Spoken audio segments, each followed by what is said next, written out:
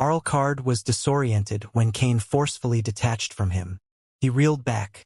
The dead vampire elders used this chance to land some attacks on him.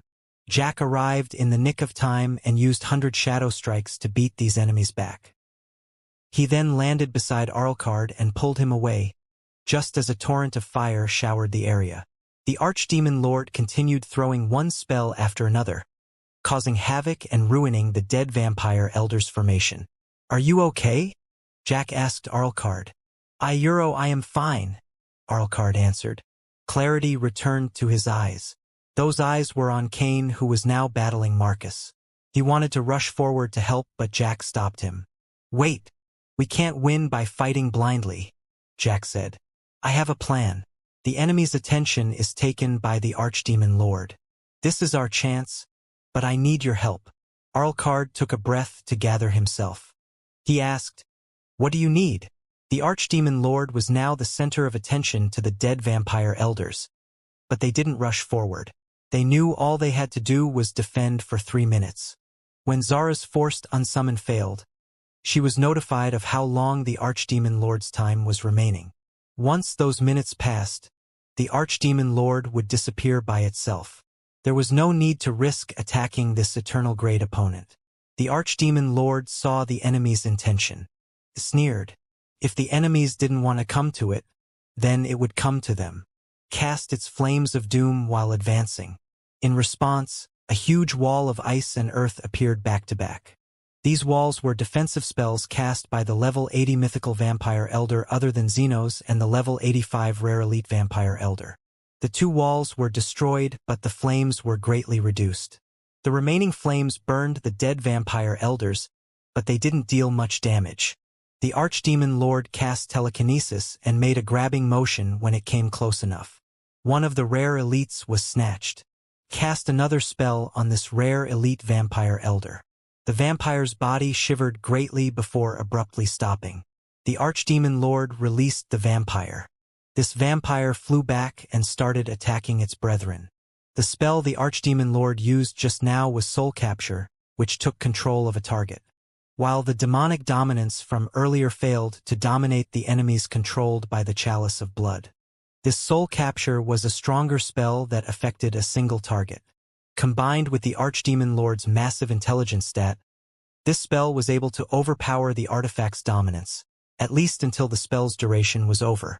The Archdemon Lord cast another spell while its puppet attacked his previous comrades. An unending stream of fireballs poured out from his spell formation. It was similar to the Flame Wrath spell but conjured much more fireballs. Throughout the devastation caused by the Archdemon Lord, Leave Me Alone and their ass pulled out. They didn't want to be killed by friendly fire. The spirit weapon had been killed earlier. Its health point wasn't as high as their ass. It was killed before having the chance to detonate its final form. Jack and Arlcard, on the other hand, flew into the enemy's midst. Jack's 2 clones fought the enemies who tried to bar their way. They forced themselves forward under the Archdemon Lord's bombardment. Jack used ghost form while Arlcard was protected by his shadow veil. One of Jack's clones used the gold scale armor while the other used gold dragon vitality. Penuel also healed them when needed. This helped them survive the forceful advance. With the Archdemon Lord's bombardment, the vampire elders couldn't form a solid barricade. "This should be close enough," Jack said. They landed on the ground. When the enemies came at them, Jack's 2 clones went to face them while his real body used his cloak's ability, Elemental God Barrier. The cloak was in its fiery state, so the barrier could resist fire elements better. The Archdemon Lord must be aware of his time coming to an end. He cast more intense fire spells with each passing second. The entire area around the barrier was flooded with flames. Jack received a notification that one of his clones had died. The other was not doing so well. "Let's start," Jack exclaimed. Multiple small rune diagrams started to form around his and Arlcard's bodies. They were both using their rune techniques. The intense flames obscured the enemy's sight, so they didn't see what the 2 were doing. Even if they saw, it would take them some time to destroy the Elemental God Barrier that was shielding Jack and Arlcard. The Archdemon Lord continued casting offensive spells. One of the spells created chained explosions that greatly shook the hall. Luckily, Jack and Arlcard's concentration was solid. Otherwise, the shaking would have cancelled their rune techniques. Some of the dead vampire elders were killed by the Archdemon Lord's constant bombardment. Obelard, who was the weakest among them, was the first to go.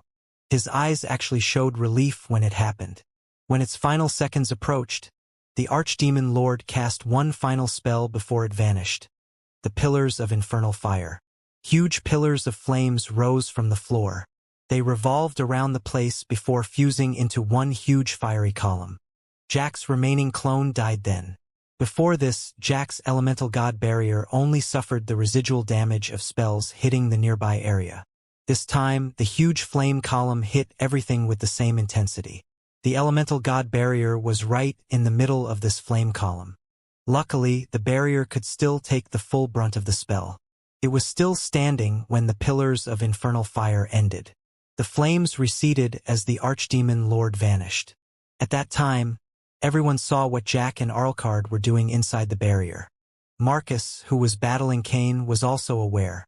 He then noticed the two were dangerously close. "Zara, protect me," Marcus ordered. He again cast the intense illumination spell which drove Cain back momentarily. At the same time, he mentally commanded the remaining vampire elders to attack Jack and Arlcard. Zara came to Marcus. She cast a spell and a phantasm shell encapsulated both her and Marcus just as Jack and Arlcard completed their rune techniques. Jack was already casting teleport when his rune technique was near completion. He disappeared from his place just as his elemental god barrier was destroyed by the combined assault from the dead vampire elders. Arlcard also turned into a shadow and rushed forward.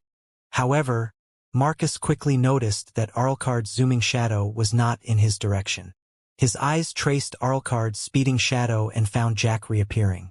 The two landed their rune techniques on an inanimate object not far away from Marcus.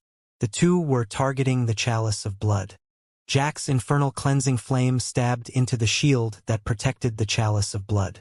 He had also activated his Stormbreaker's Overlimit when he teleported.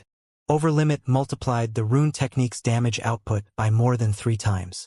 At the same time, Arlcard's Unrelenting Purgatory slammed into the same shield.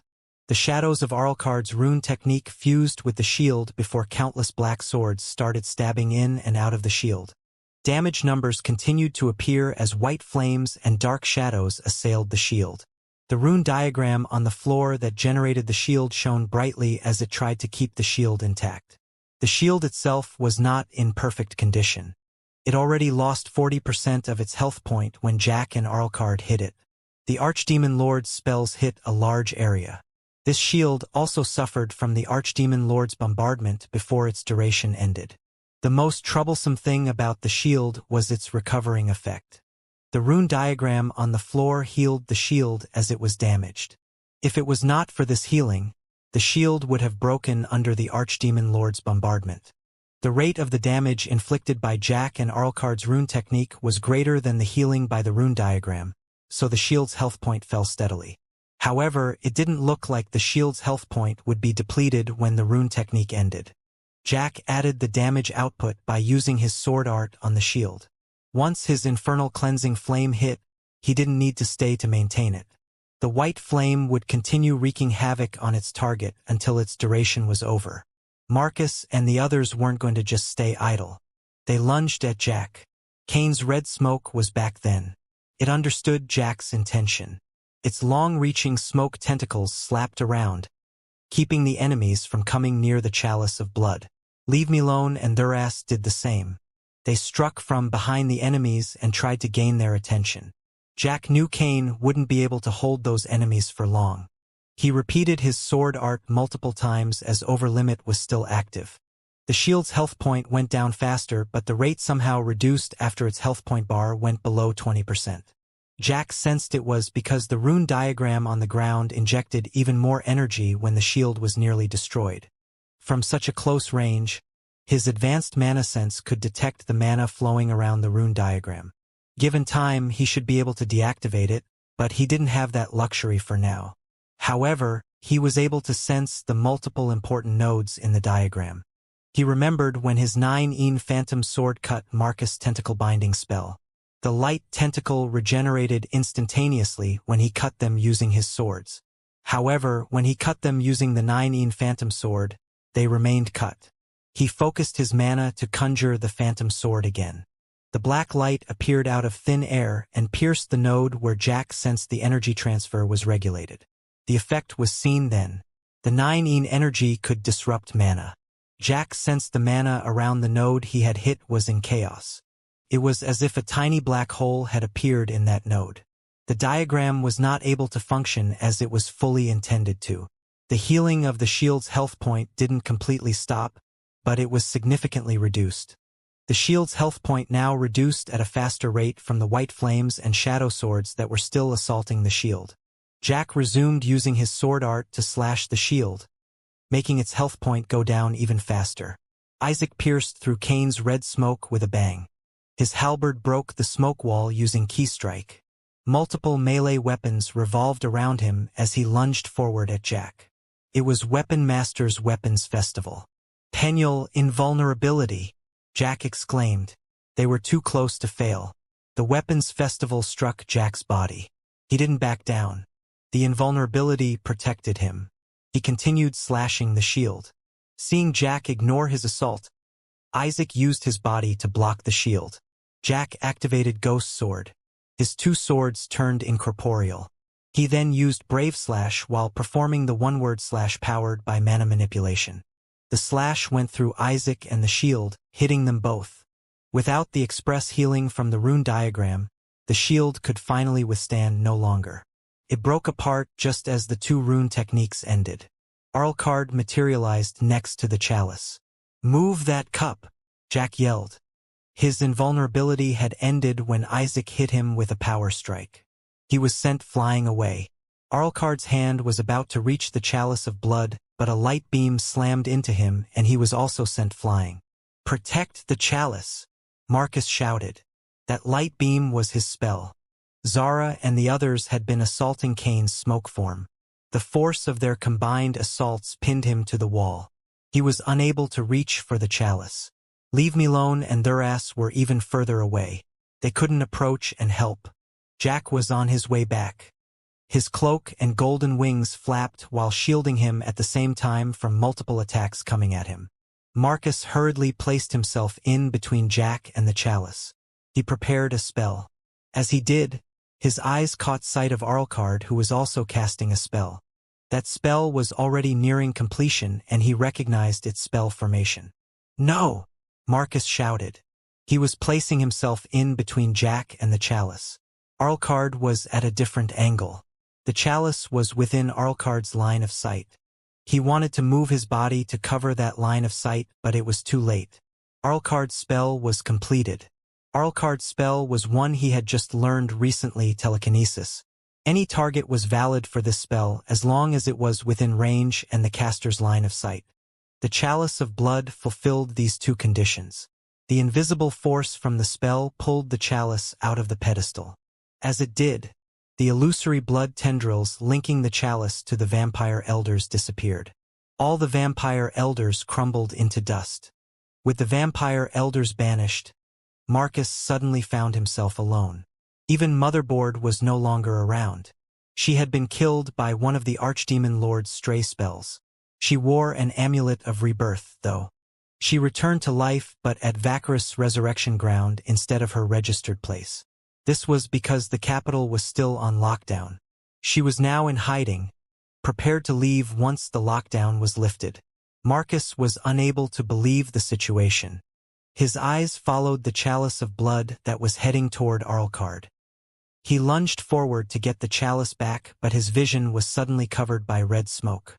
Without the vampire elders pinning him down, Kane was free to move.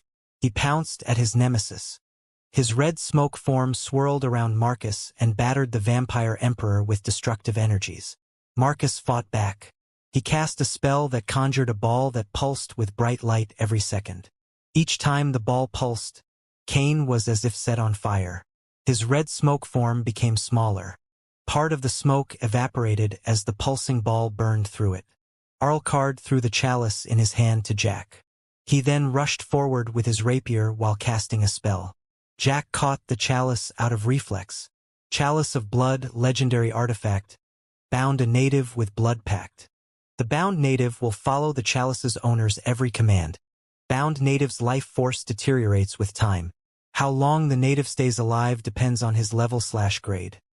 Chalice has to stay immobile once activated. Moving it will cancel its effect and unbind all the bound natives. Bound natives cannot travel farther than 25 kilometers away from the chalice. Such an evil artifact, Jack thought. He stored it in his inventory to make sure no one used it again. No, that's mine, Marcus bellowed when he saw Jack storing the chalice of blood.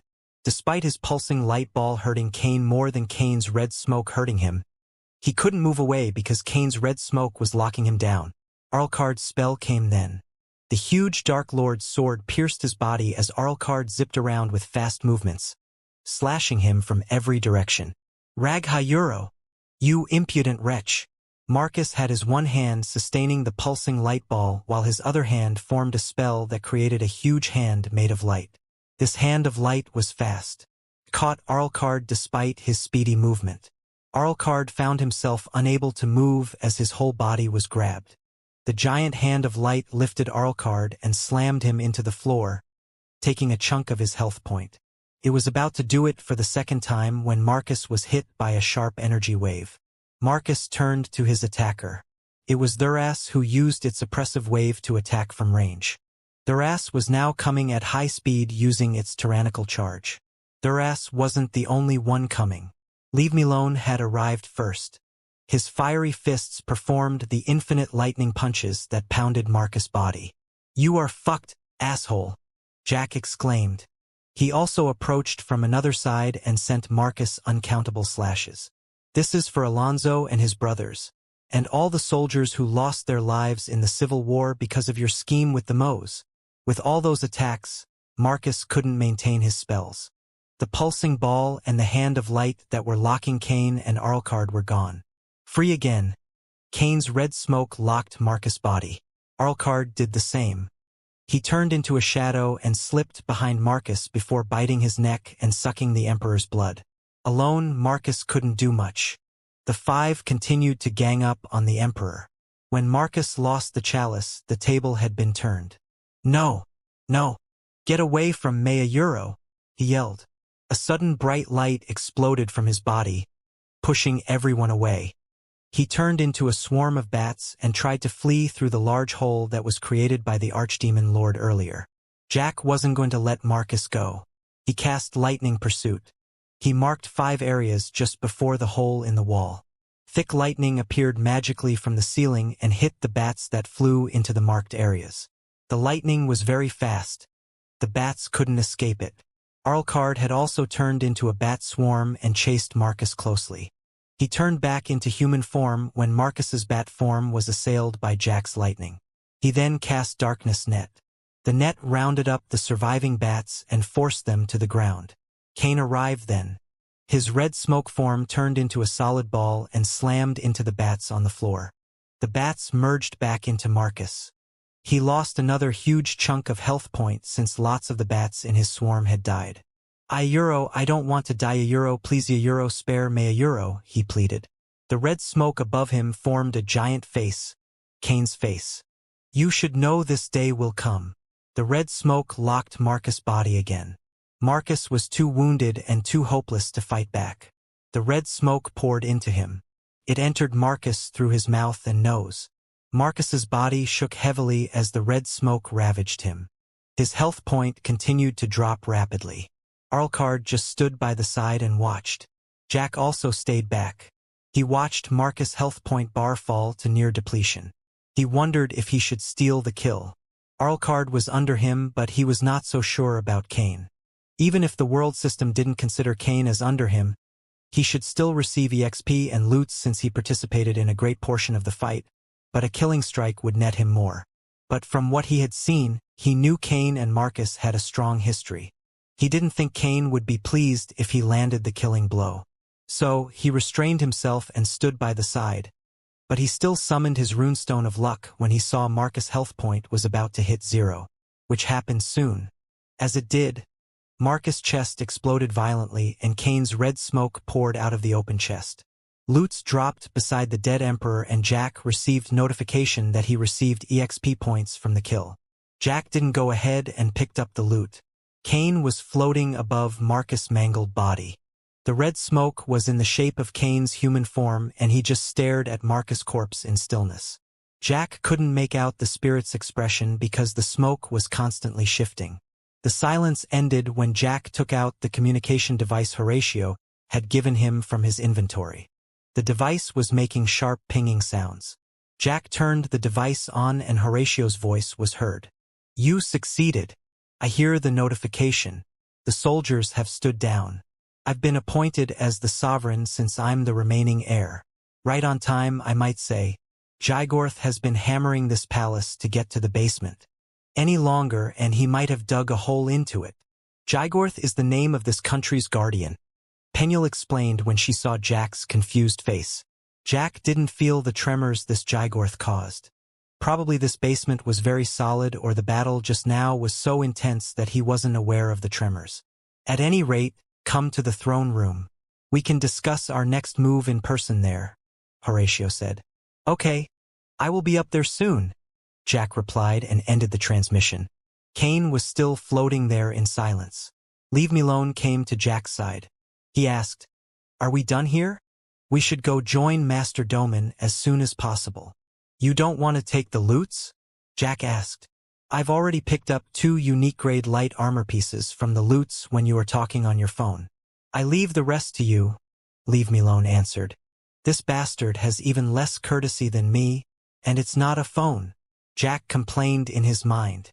"I will be joining my army. You can go and join Jeannie's force. My Gramps should be with her," Jack said to Leave Me Alone.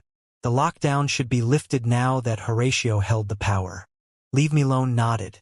When he turned away and was about to leave, Jack stopped him and said, "Thank you for your assistance." "A thank you for saving me from being executed," Leave Me Alone replied. He then ran to the stairs. He would be using this capital zone portal to teleport to this country's border town before crossing the border region into Palgrost. Jack returned his attention to Kane. The bloody spirit was still doing nothing. He decided he couldn't wait indefinitely. He approached and started picking up the loot beside Marcus. Leave Me Alone didn't touch the gold coins and mana cores. There were 50 gold coins and 3,000 mana cores on the floor. Jack needed these mana cores.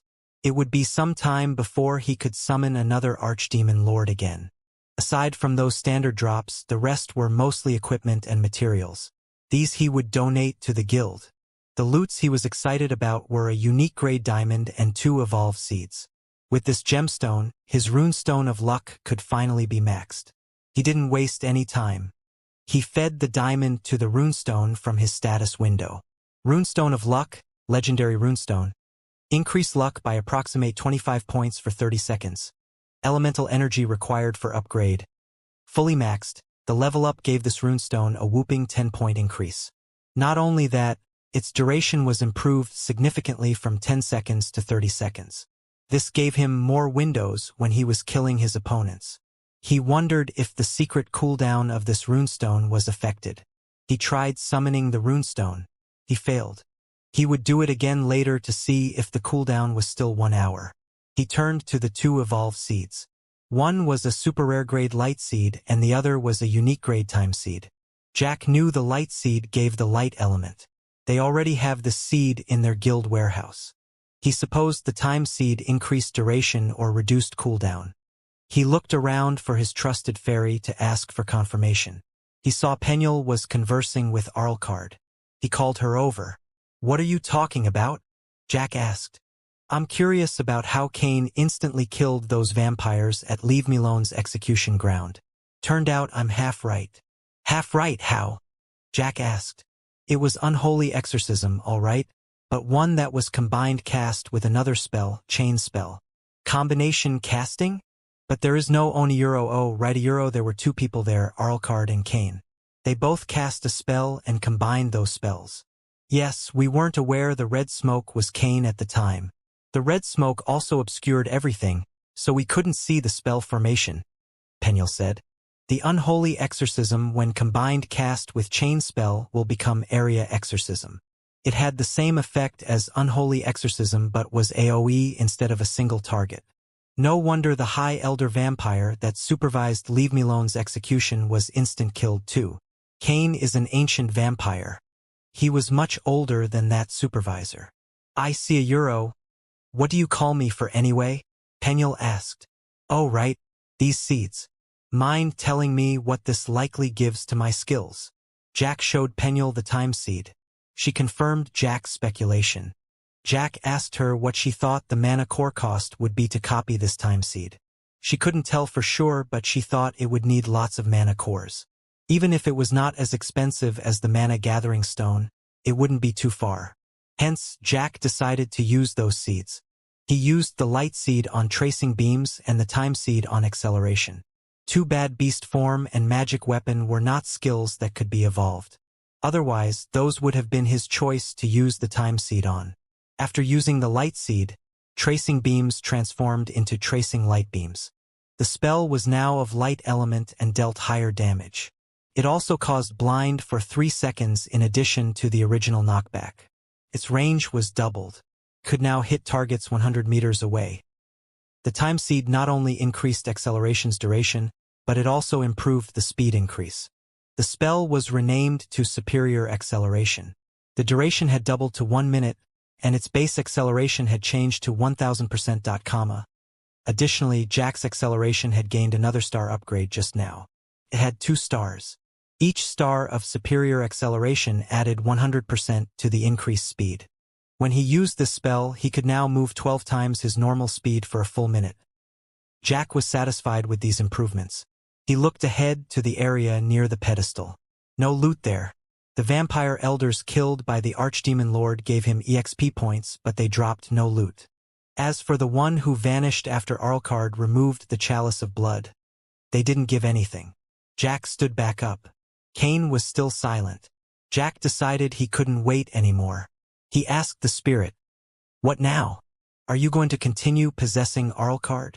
Cain appeared to awake from a trance upon Jack's question. His red smoke face gazed at Jack for a few seconds before saying, "Forgive me. You can't imagine what a 1,000-year grudge feels like." "I can barely imagine what a 1-year grudge feels like," Jack said in his mind. If someone wronged him, he normally just settled the matters on the spot, usually by fists. If he couldn't, then he consciously forgot about it until he saw said person again. He rarely let a grudge dwell in his mind. "As for your question," Cain continued, "I've been possessing Arlcard since his birth as a vampire. I might as well be him. I'm also the reason why he was not under Obelard's influence despite his young age. I have all his memories." Arlcard, who had been silent by the side, confirmed the statement. They were hazy at first, like dreams of distant past. Those memories became clear after I fused with Mayuro, his remains under the mausoleum. "Who to Euro, you are still 2 different entities, right?" Jack asked. "Will there be side effects for Arlcard? I mean, will he still have his personality if you continue possessing him?" Cain chuckled. His creepy voice made the chuckle sound even more eerie. "You are quite concerned about him, aren't you? Well, I have piggybacked inside him since the beginning, so I dare say I know you as well. Don't worry, even if I want, I can't continue possessing him." "Really?" Jack asked. "You should have heard my talks with Marcus," Cain replied. "I studied a secret ancient necromancy technique that has something to do with reincarnation Euro." Jack threw Penuel a mental message then. "Ha! Who before said there is no such thing as reincarnation?" Penuel rolled her eyes. Why did this brute remember something from so long ago? "A Euro, unfortunately, my study was never completed," Cain continued. "Marcus' betrayal came before that happened at Euro. Well, to be honest, I'm not so sure now if I could ever master the technique even if I was given the chance. After existing in this spirit form for so long, I understood there is no such thing as immortality. We will expire sooner or later. In my case here, it will be sooner." "You will leave?" Arlcard asked. Jack sensed a longing in his companion's voice. Perhaps Cain's claim that they were one was the truth. Perhaps Arlcard saw Cain departing as a part of him leaving.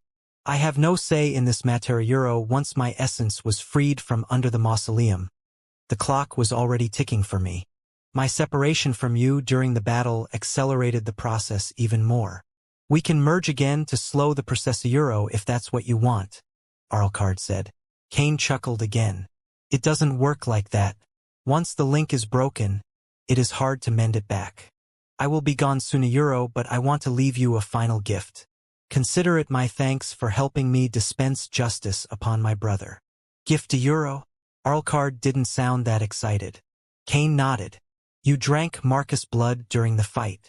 That is good. Your body has a peculiarity of absorbing the essence of older vampires' blood. I don't understand why you have this ability. Perhaps it's your special talent. Anyway, I can help you process Marcus' essence in your blood, at the same time transferring as much of my power that is still left to you. You don't have to do that, Arlcard said. I don't have to. I want to, Cain said. It might hurt, though. Before Arlcard could respond, Cain had rushed to him. Cain entered through Arlcard's mouth and nose as he did to Marcus. Arlcard felt Cain within him again, but the feeling was different this time. Before, they were one. This time, Cain felt like an alien entity. Arlcard understood what Cain meant then. Their links had truly been severed. Even though Cain felt like a foreign object now, Arlcard didn't fight him. He gave Cain free rein over his body. He felt the ancient spirit roaming within him. He felt the pain then. He endured it, but it came to a point where his will was no longer sufficient. He let out a pained yell as he fell to his knees. Hey, are you okay? Jack came to him and asked with worry.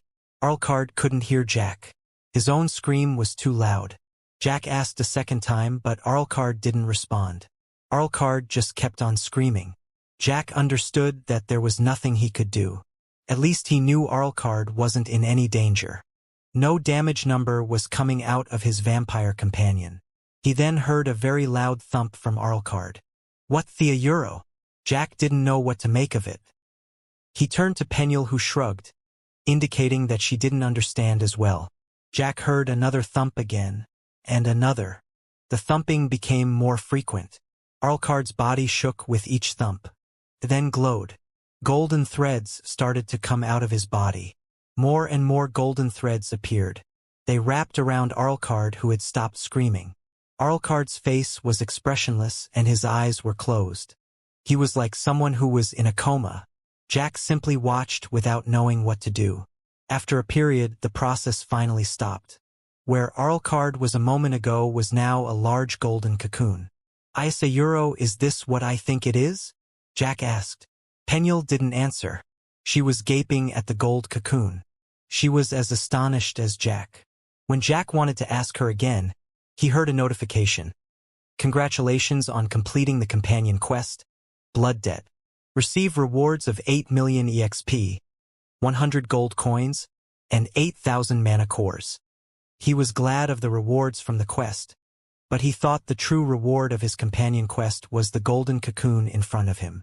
Penuel finally came out of her daze and confirmed to Jack that what was happening to Arlcard was indeed the process of metamorphosis. She said for it to happen to the same individual in such a short period was unheard of. A golden cocoon was also a higher grade than the silver cocoon Arlcard and Thuras were in. She said that Arlcard was sure to be an eternal grade when he came out of the cocoon. When would that be? She couldn't tell. Awesome! When he came out, I don't have to rely on the Archdemon Lord for a trump card anymore, Jack exclaimed. This process will take a very long time.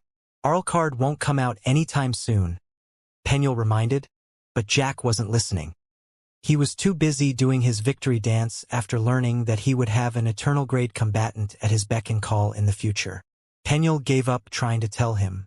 After Jack wasted some precious minutes celebrating, he finally went up from the basement and to the throne room. Inside the throne room, Jack saw two other individuals there.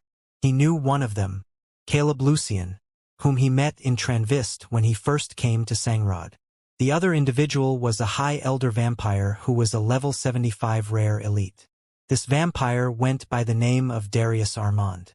My friend, Horatio exclaimed after seeing Jack. "Come, let me introduce.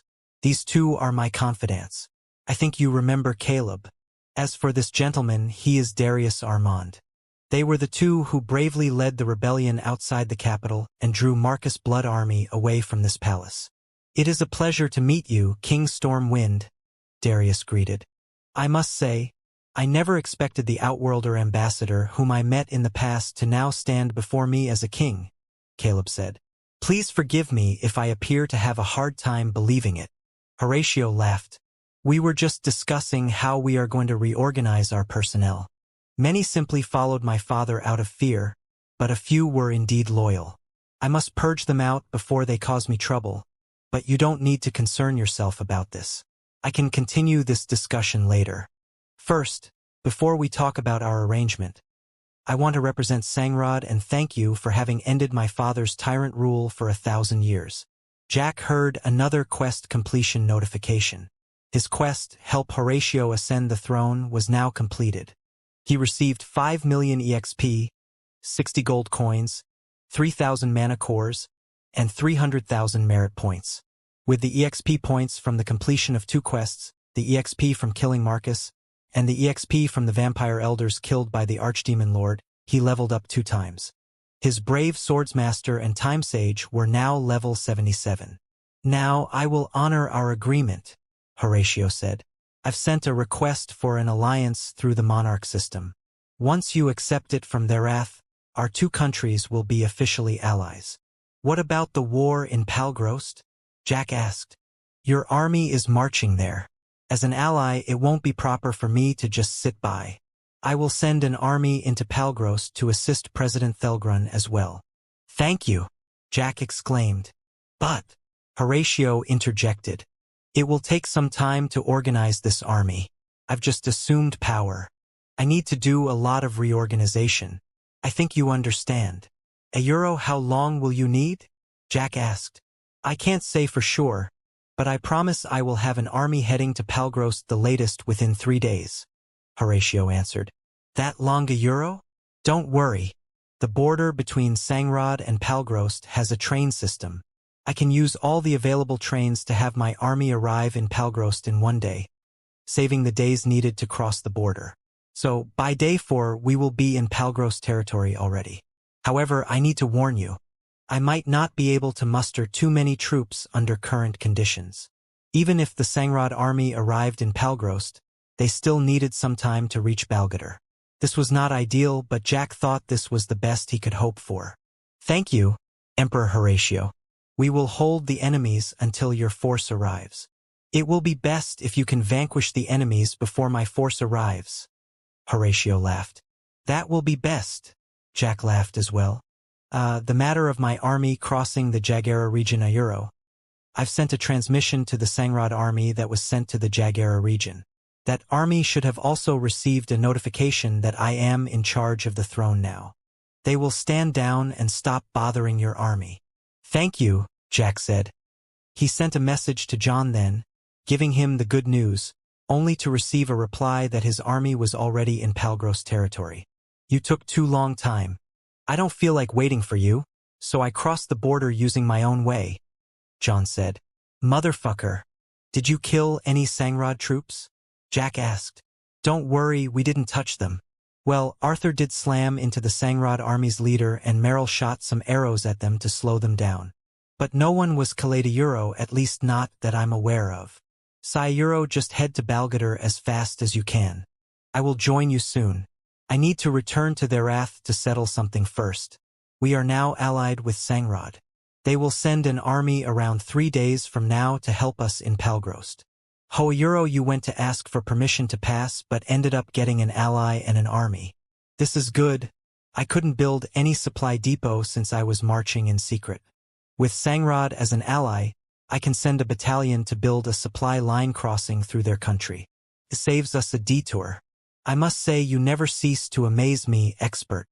"I'm just lucky," Jack said. "Okay, your luck never ceases to amaze me," John replied.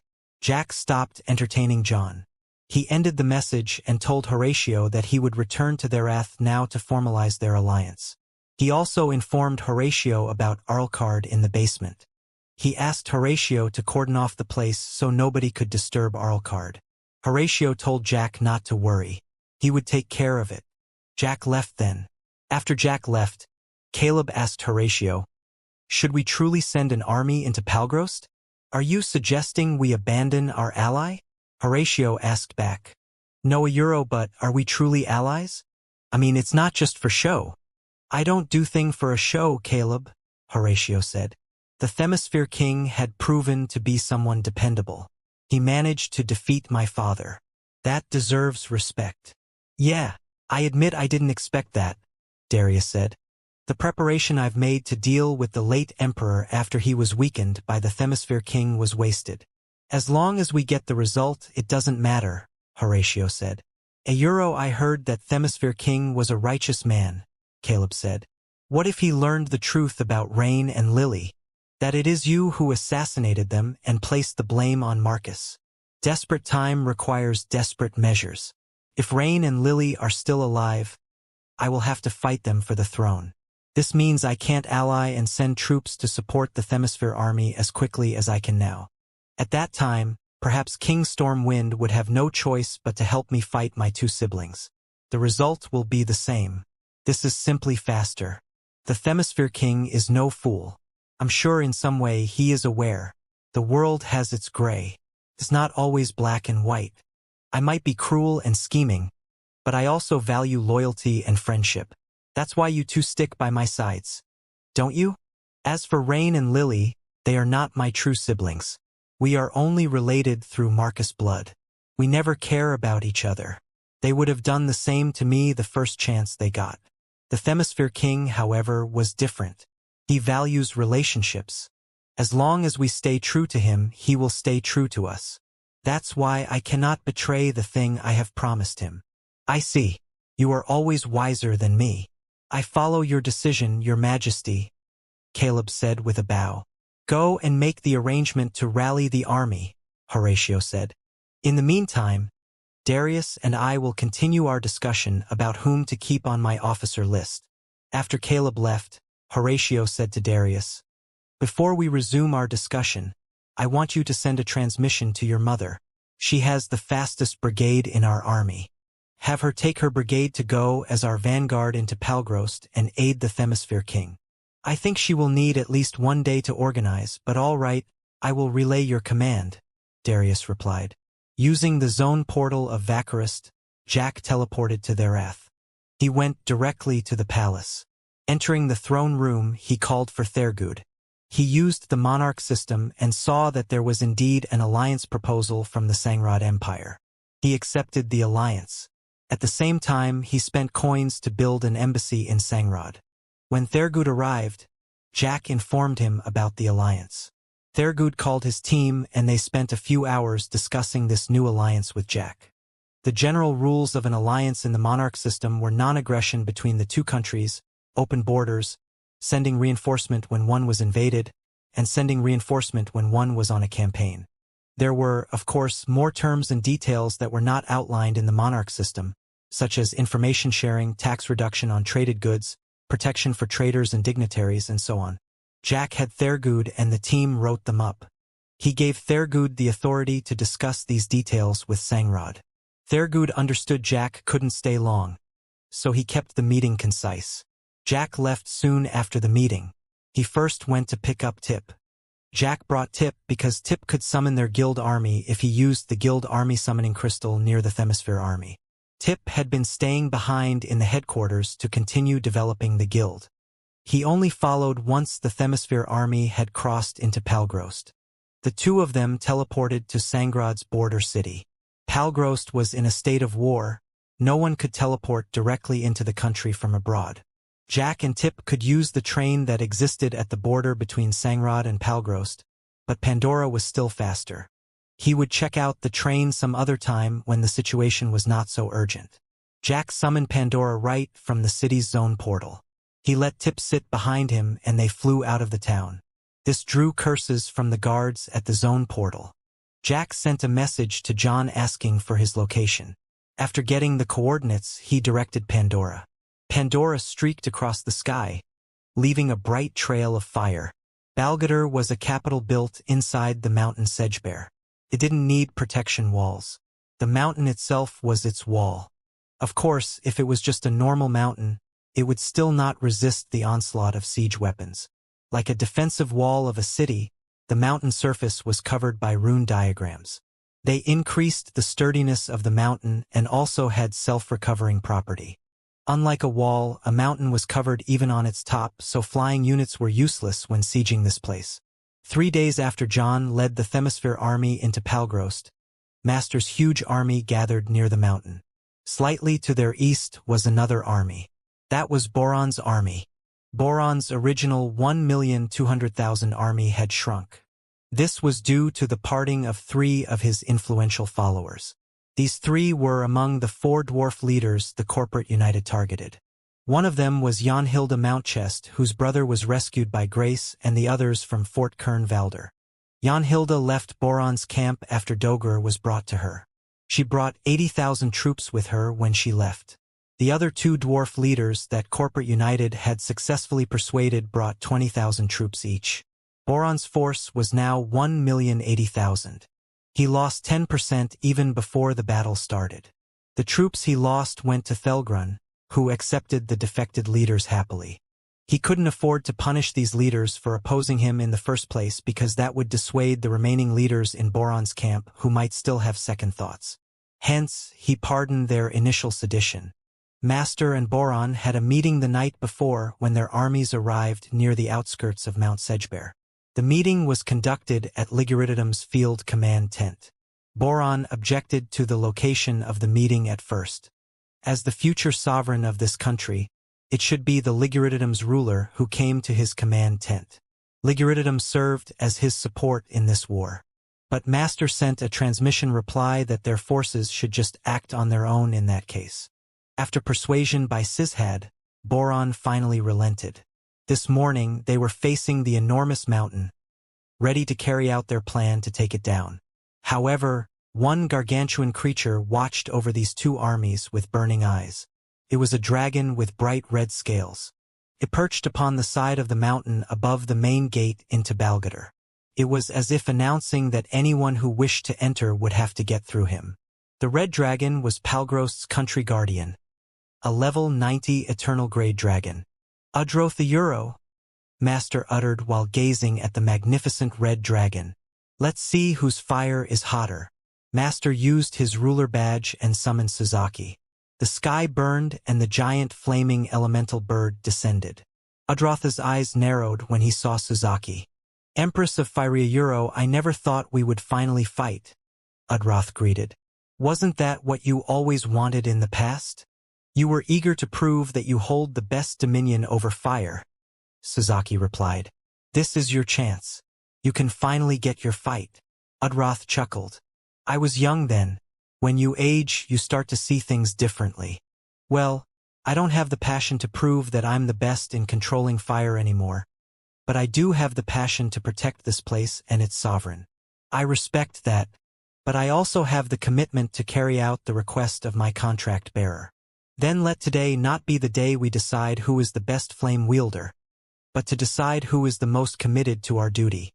Udroth unleashed an intensely bright fire breath once he finished speaking. Suzaki spread its wings and a flame shield appeared before her. Udroth's flame hit the shield. The flame swirled upon contact. It was as if Udroth's flame was broken apart. Tendrils of the swirling flames then gathered above Suzaki, forming a fireball. Udroth stopped his breath. He had heard that Suzaki could not be hurt by pure fire energy. He would need physical contacts for that. He simply fired his breath to make sure that was true. He spread his wings. His huge body lifted off. Despite his size, he was very fast. The air burned as he flew past. Suzaki didn't retreat seeing the incoming dragon. She flew forward. The fireball she had formed using Udroth's flame followed beside her. They clashed in the sky multiple times. As the battle turned more heated, they flew higher and higher. This was Master's instruction to his country guardian.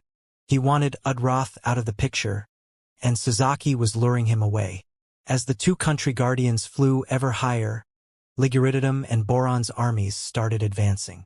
"Are you not afraid of losing that firebird of yours?" Spring Crown asked. "Suzaki is 5 levels stronger. She is also immortal," Master answered. "No need to concern yourself on her. Focus on your task." Aye, boss."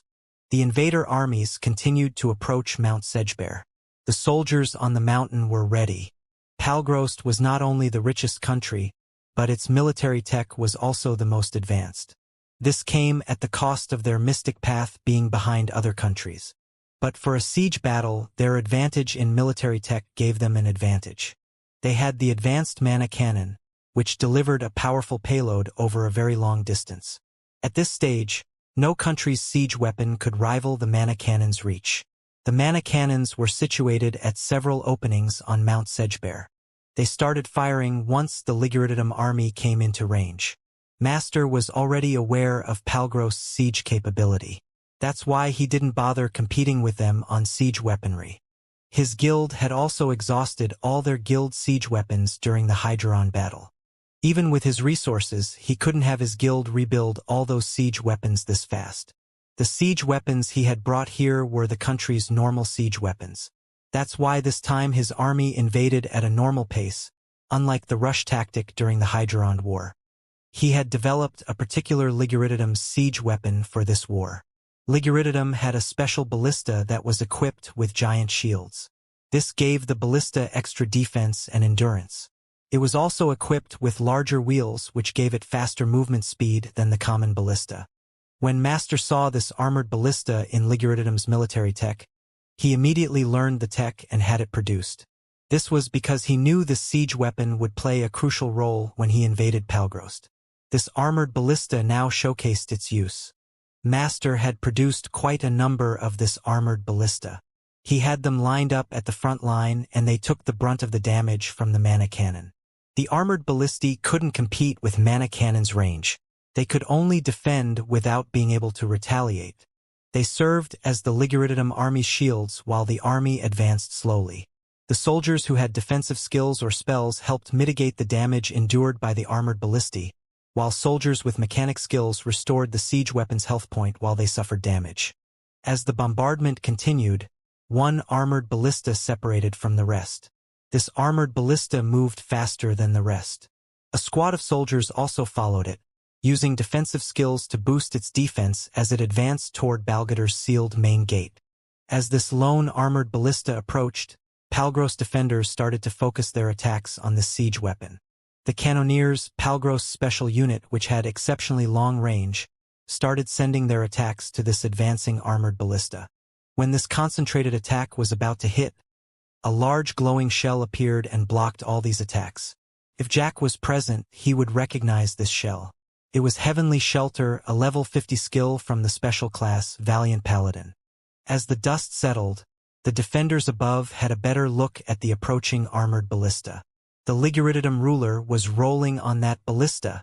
Sighting the enemy's leader, the defenders immediately called for another barrage of attacks.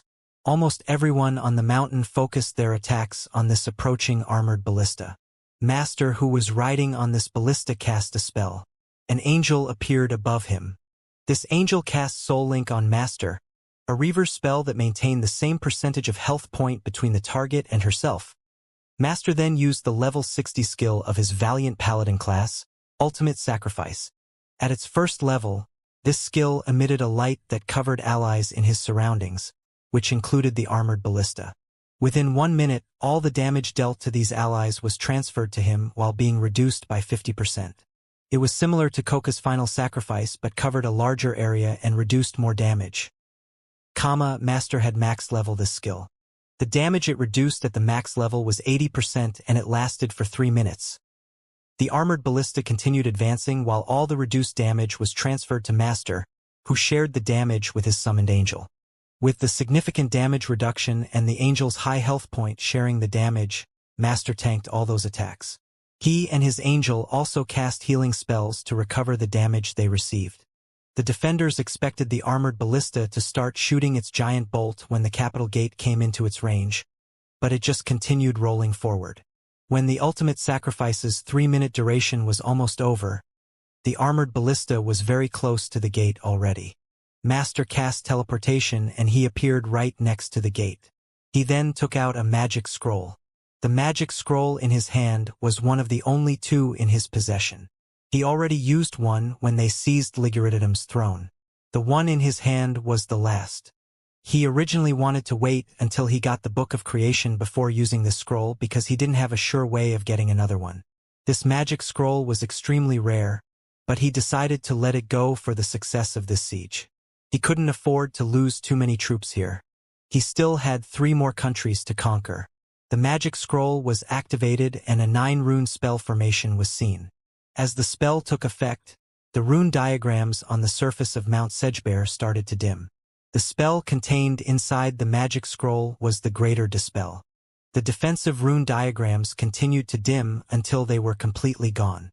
The mountain was now a simple huge chunk of rock. Linda ordered a full assault then. When the defenders focused most of their attention on Master, the army continued to advance under the bombardment. They were now close enough and had the mountain within the range of their siege weapons. The ballistae, catapults, and trebuchets which they brought from Liguridium opened fire then. These siege weapons dealt extra damage to structures. They not only reduced a structure's health point, but they could also alter a structure's physical form in the same way some skills were able to cause wounds to natives. Without the protection of the rune diagrams, the surface of the mountain shattered upon being hit. Linda ordered the siege weapon operators to aim below the openings where the defenders were. The stones from the catapults and trebuchets broke the mountain wall. The defenders lost their footing when the ground below them crumbled. Both the soldiers and the mana cannons fell and tumbled down the mountain under rains of stones. Boron's force also charged after the mountain lost its protection. Balgador had several entry points. Boron was in charge of entering from one of the side entrances. After dispelling the protective rune diagrams, Master took out one of his guild's siege weapons, the dragon-head battering ram. This ram immediately took action as it bashed its metallic dragon head upon the main gate. The soldiers who followed him rushed forward and attacked the gate to increase the pace. The armored ballista was left behind. It had served its purpose. Without the protection from the rune diagrams, it didn't take long for the main gate to shatter. Master had been casting multiple summoning spells when the ram did its job. When the main gate fell, his army of minions rushed forward. They became the vanguard force for the rest of his army, which was also flooding toward the open gate. Jack and Tip had joined John and his army 2 days ago. Jack constantly used his runestone of marching to increase his army's pace. But even with the increased movement speed, it should still take them around 3 to 4 days to arrive at Balgador. He and John were now receiving messages from Jeannie about the situation in Balgador. Jeannie was currently inside that capital. Her force stopped harassing the Liguridium army after the army came close to the capital. Her tactic was only working because the enemy had to keep moving. If the enemy stopped and focused their attention on her, her force would be the one in trouble. Hence, she and the others teleported into Balgador and aided the capital's defense before the capital went into a lockdown for the incoming siege. What? The gates have fallen and the enemies are now breaching inside the capital, Jack said after reading the message. Fuck. Is this going to be like the last time with Hydrorond? The capital fell before we were even halfway there. That last time, the capital fell when we had just arrived, not halfway, John corrected. Is that important? Jack asked in annoyance. So, how is the current situation? Jack sent a message to Jeannie. Although the enemies have breached the gates, we are still defending. Palgros settlements are unique since they were built inside mountains or underground. They are not open space. They have many connecting pathways, which means if properly utilized, we can use them as choke points. We are now defending these choke points, slowing the enemy's advance. Oh, very good. This means not all are lost yet. It's a good thing you people come up with this choke points tactic. Actually, it's John's. He requested that we send him a complete map of Balgador. He marked a few spots and told us to prepare defenses at those places in case the gates were breached. You've expected Balgador to be breached? Jack asked John. No, but it can't hurt to have a backup plan, can it? John replied. And it's proven we do need it. Anyway, can you hold out for a few more days? Jack resumed his message with Genie. I don't know a no, we can. We will. We will hold them out. Palgrost hasn't lost that many soldiers. At these choke points, the enemy's large number is useless. We will hold them until you arrive. That's the spirit. 3 days.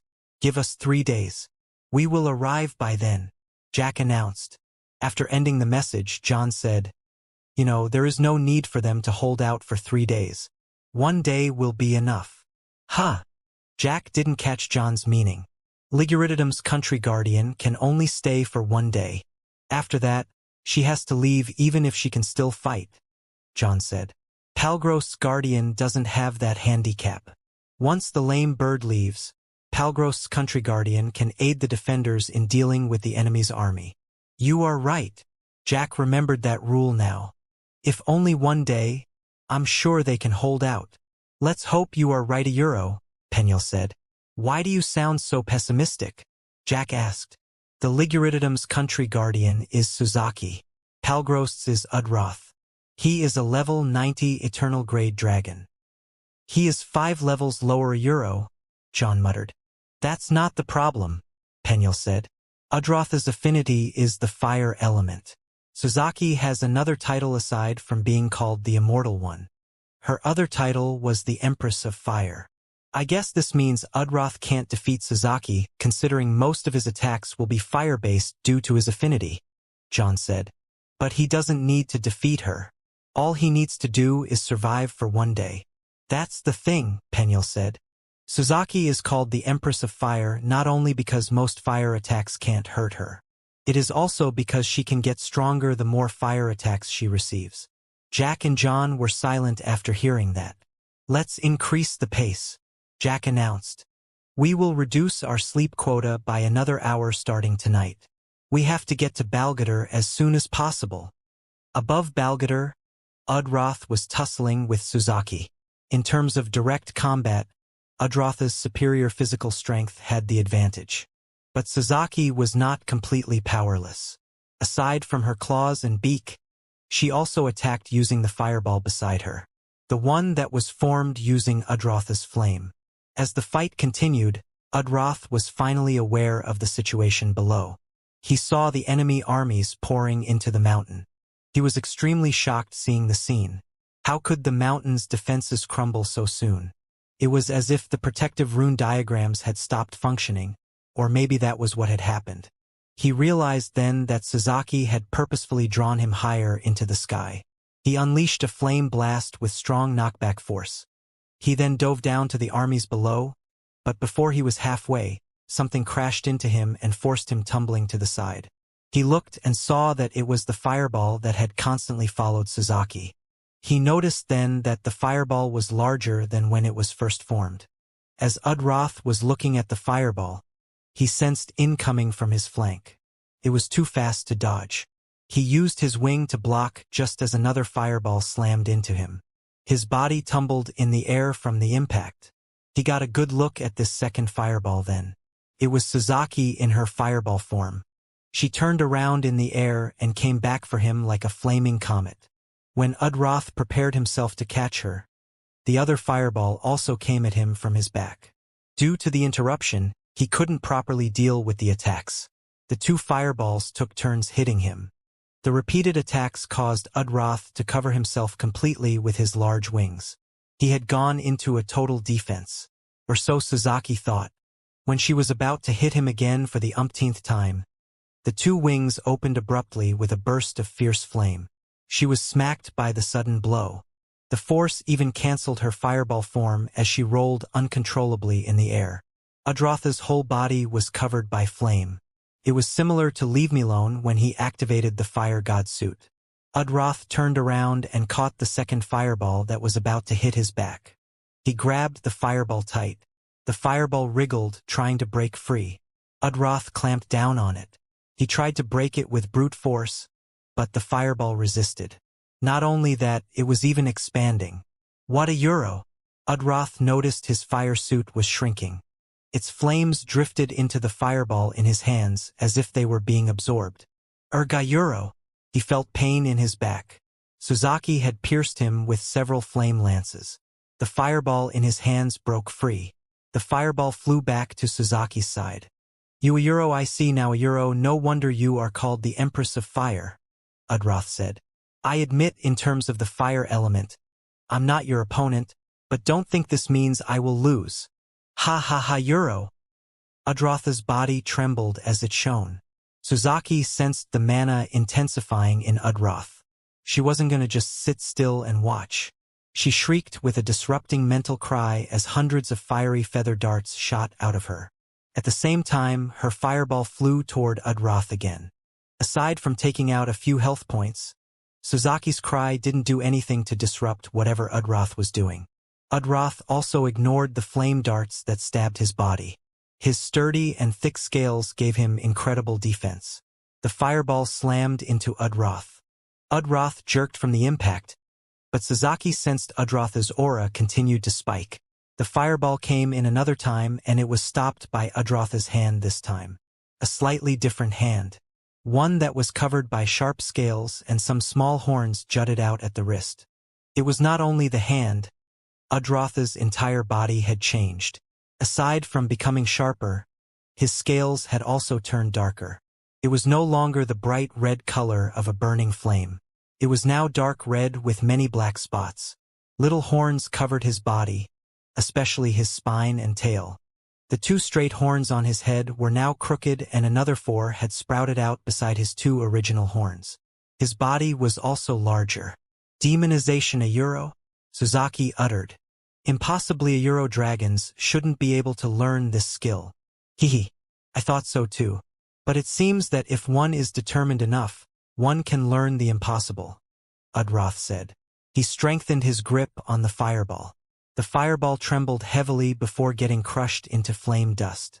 If I can't beat you with my flames, then I will just rip you apart with my claws, Udroth exclaimed, and his body shot forward. Suzaki used her flame burst. The area around her was covered with raging flames. Flames covered everything. Suzaki was not visible among this sea of fire. Udroth was unflinching. He rushed straight into the fire. Inside Balgador, Genie organized her guildmates to aid Thelgrun's soldiers in holding the choke points. These choke points came in the form of tunnels that connected the multiple cavity halls within the mountain. Mount Sedgebear might have lost its defensive rune diagrams, but it was still a colossal mountain. Liguridium's siege weapons might have broken its surface with their attacks, but the rock wall was thick. It didn't affect the capital inside except for causing a few tremors. If they wanted to blast through the thick rock wall to create a hole, it would take them years of constant bombardment. That's why the invading army had no choice but to use the tunnels to advance deeper into the capital. And these tunnels were where the defenders set up their choke points. Thelgrun's native soldiers formed the barrier while the players provided firepower. Genie organized so the different guilds she had brought from Themisphere covered the multiple choke points. For her own guild, she divided them into 3 divisions and covered 3 different choke points. This was because her guild had the highest number of high-level players. She had Fierce Flame, Giant Steve, and Trinity Dawn with her. Giant Steve was with the native soldiers serving as barricade while Fierce Flame and Trinity Dawn supported from the back. Giant Steve and Trinity Dawn were level 71. They both had 3 new skills from the first-class special classes Jack bestowed on them. Giant Steve received a skill called Curtain Wall when he became the Royal Kingsguard. Curtain Wall erected a wall in front of the user that lasted 30 seconds. This wall block damage equaled 700% of the user's health point.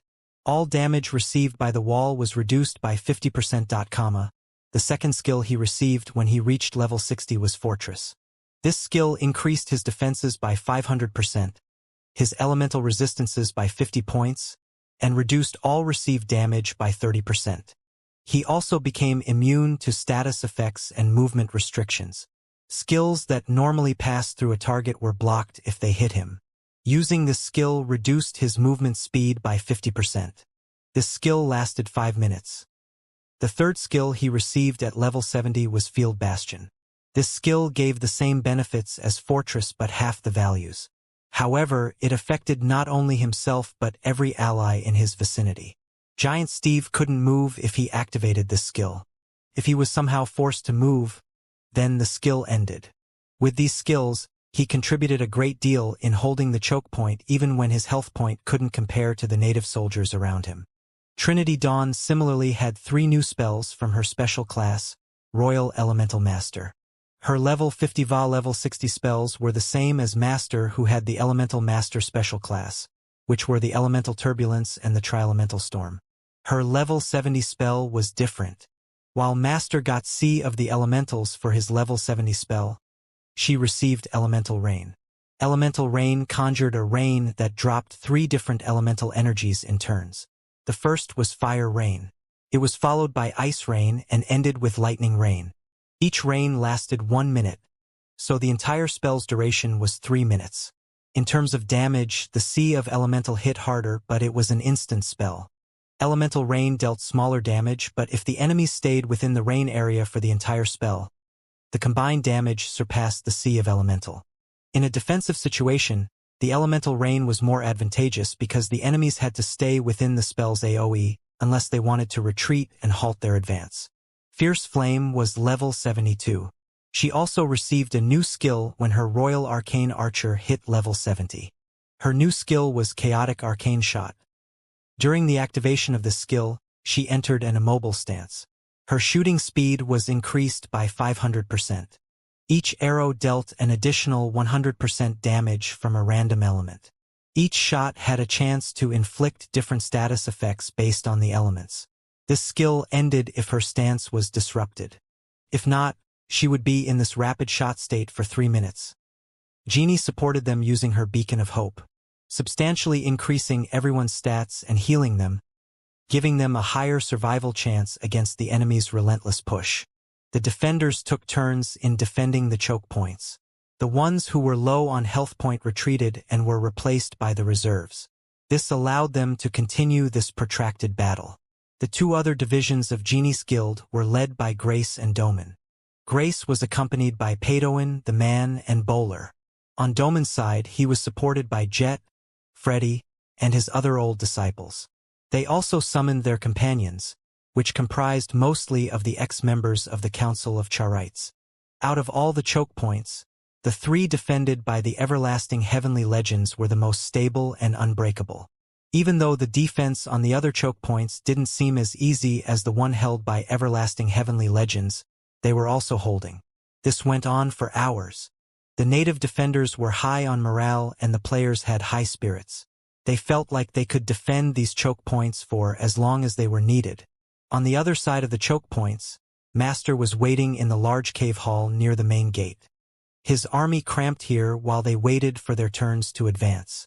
Other gates had been broken and his army entered from those other entry points, but they similarly encountered barricades that prevented them from proceeding deeper into the capital.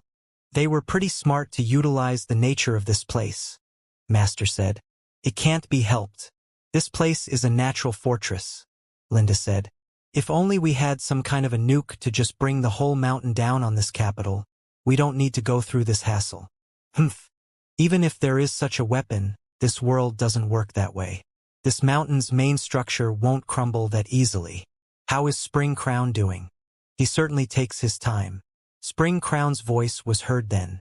Come on, man. This place is crawling with troops. Do you think it's easy moving around? Are you done with your survey? Master asked. I still have a couple more tunnels in this section that I have to go and check, Spring Crown answered. If I am to be thorough, I have to also go to the section where Boron's force was at. Out of the ones you have checked, which one has the weakest defenders? I can see that you are out of patience. Are you sure you don't want me to finish checking the other tunnels? Spring Crown asked. Take me to the weakest barricade from the ones you have checked, Master replied. Long, Ronald, you come with me. Aye, aye. This way, boss, Spring Crown said. Long and Ronald followed without a word. Linda stayed behind to continue organizing the troops. The war table had been moved into this cave hall, so she could use this hall as their field base. She arranged for the troops to prepare near the tunnel where Master and Spring Crown were heading. At one of the tunnels connecting into the slum district, White Scarf and Offline Beasts members were holding the line with Palgrost native soldiers.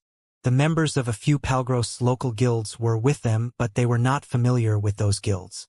They tried to communicate so they could all work better together, but those guilds preferred to do as they wished. Genie had been appointed as the one in charge of the player guilds after the Lick Squad was demoted due to their fiasco in Number Malder Pass. These guilds agreed to follow Genie's arrangement about where they fought. But on how they fought, they didn't accept being commanded. These guilds' members fought haphazardly. They tried to compete in killing the enemies to get more EXP and war contribution points. They ended up suffering more casualties than they had to. White Scarfs and Nomodem could only do their best to do their parts. They acted more as a support to the native soldiers rather than competing for kills. Suddenly, they heard a warning shout from the native soldier on the front line. Incominga Euro! Silverwing didn't want to take chances. He called his members to use their defensive skills. Honeycomb, who was now a level 70 sentinel, came in front of Silverwing and used Protection Field, just as a torrent of elemental flood washed over them. This flood contained fire, ice, and lightning energy. Silverwing and his guildmates received damage and were pushed back by the force of the elemental flood, but Silverwing could see that the flood had been greatly weakened due to going through several protection skills at the front line. He saw many of the native soldiers at the front line had fallen to the ground. Before those natives could get their bearings, another assault came. This time it was a cacophony of storms. A fierce storm that contained fire, ice, and lightning swept through the tunnel. The storms didn't hit as far back as the flood just now. Silverwing and the others were safe, but he could see the front line was in big trouble. "Brace yourself," he bellowed. "Forward! The enemy is making a big push. We have to stop them." Nomodem followed Silverwing's lead. He called his members to push forward. The other guilds just stayed back and watched. They lost many members due to the elemental flood and storms just now. Silverwing was frustrated at them. When the situation was easy, they acted so passionately. Now when trouble came, these people lost their nerves. Silverwing heard another commotion. The front line had just been hit by another wave of searing flames. A gigantic earth golem followed. It smashed into the barricade as if they were blocks of Legos.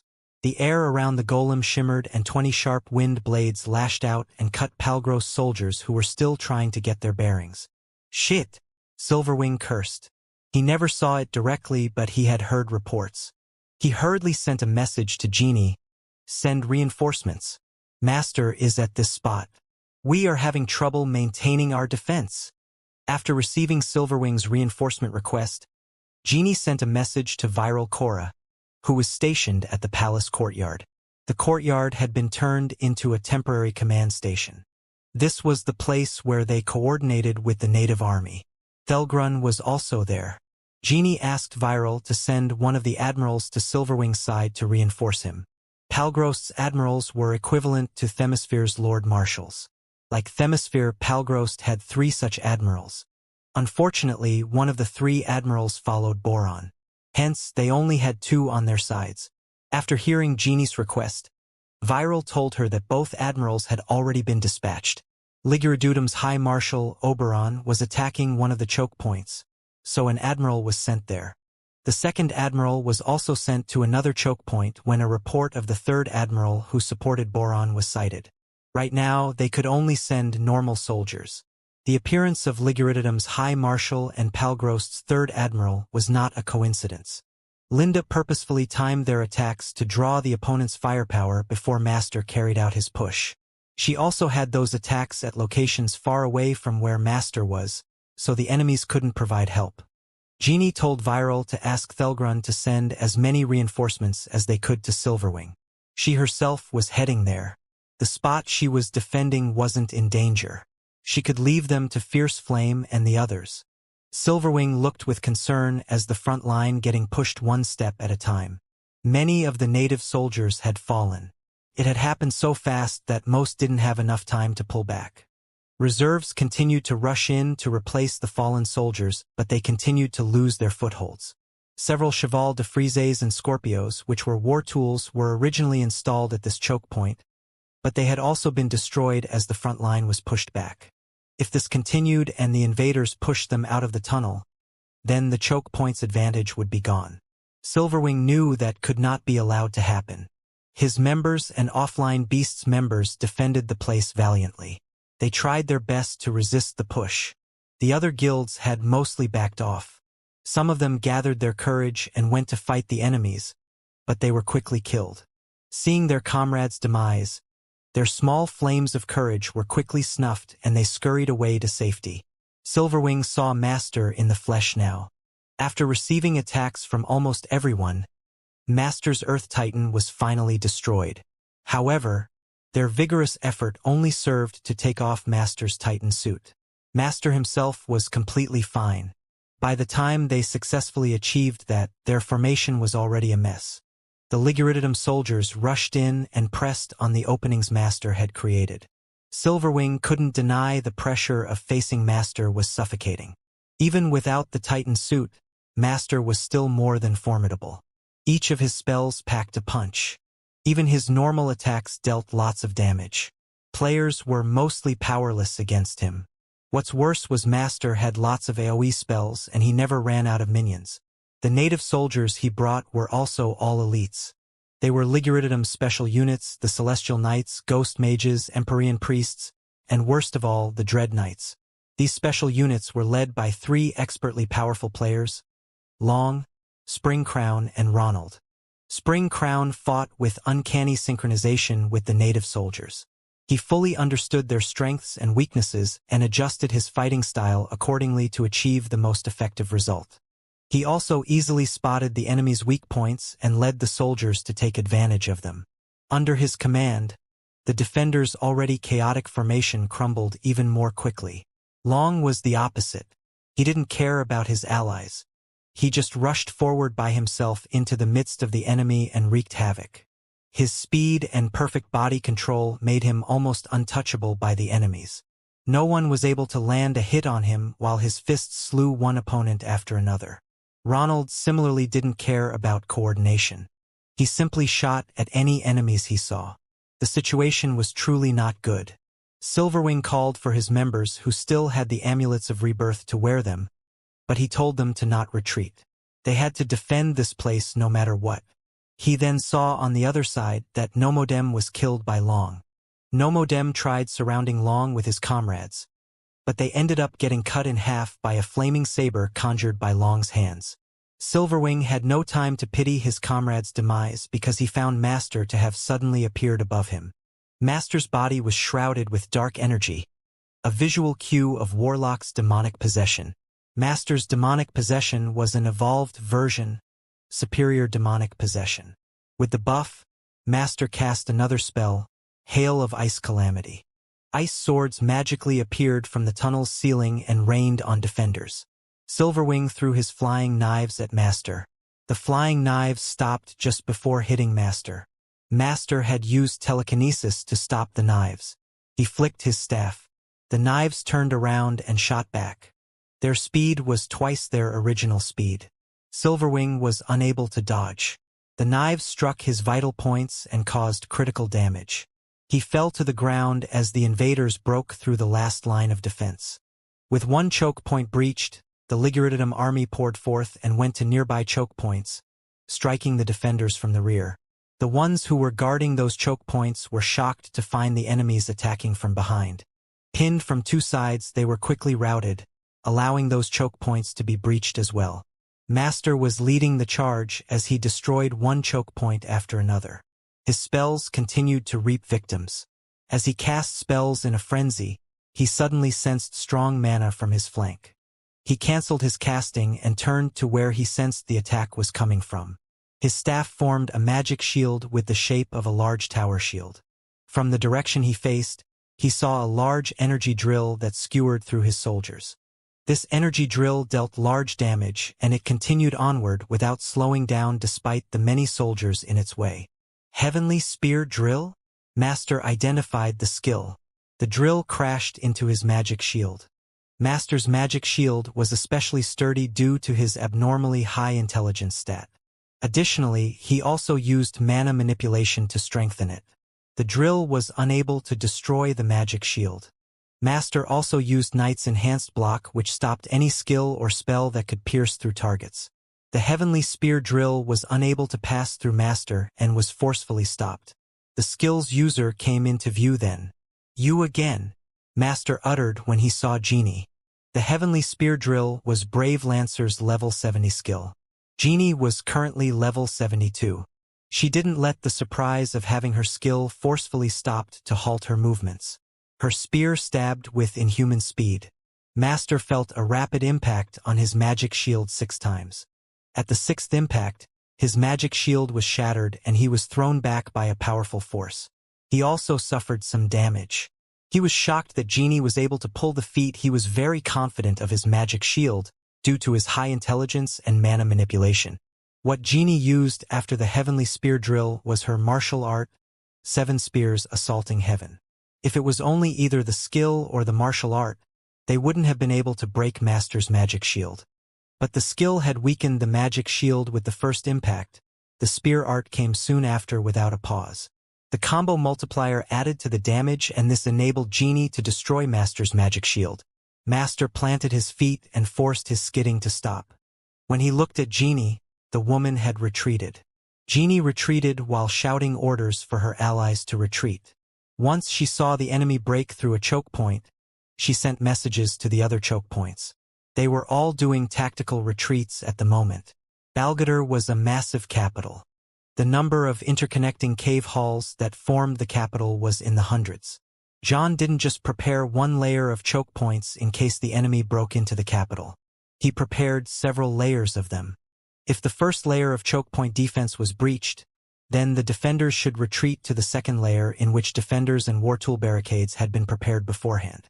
Genie attacked Master because Master's offensive power was too fierce. The defenders couldn't retreat properly. Now that Master's offense rhythm was broken and added with Genie's instructions, the defenders gathered themselves and did a proper retreat. "Want me to take care of her?"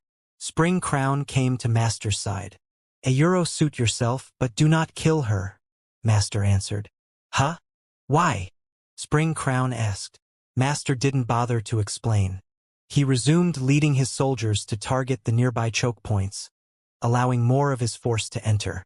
After receiving Genie's instruction, everyone was on the move to the second layer of choke point positions. However, a good portion of the defenders were trapped in the area where Master had broken through the first. Genie led them to slowly retreat while resisting the enemy, but casualties kept on mounting. It was a good thing Master prioritized opening up the other choke points over dealing with the retreating Palgros soldiers, but the pressure was still heavy.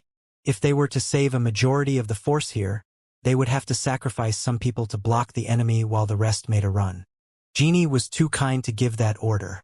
When she was in that dilemma, a giant energy drill pierced through the defenders and came at her. "What? How a euro?" She was momentarily stunned by the scene. That incoming drill was the heavenly spear drill, the skill she had used not long ago to stop Master. She was late to react due to the surprise. Thankfully, Giant Steve had come to assist her. He came in front of Genie and activated Fortress.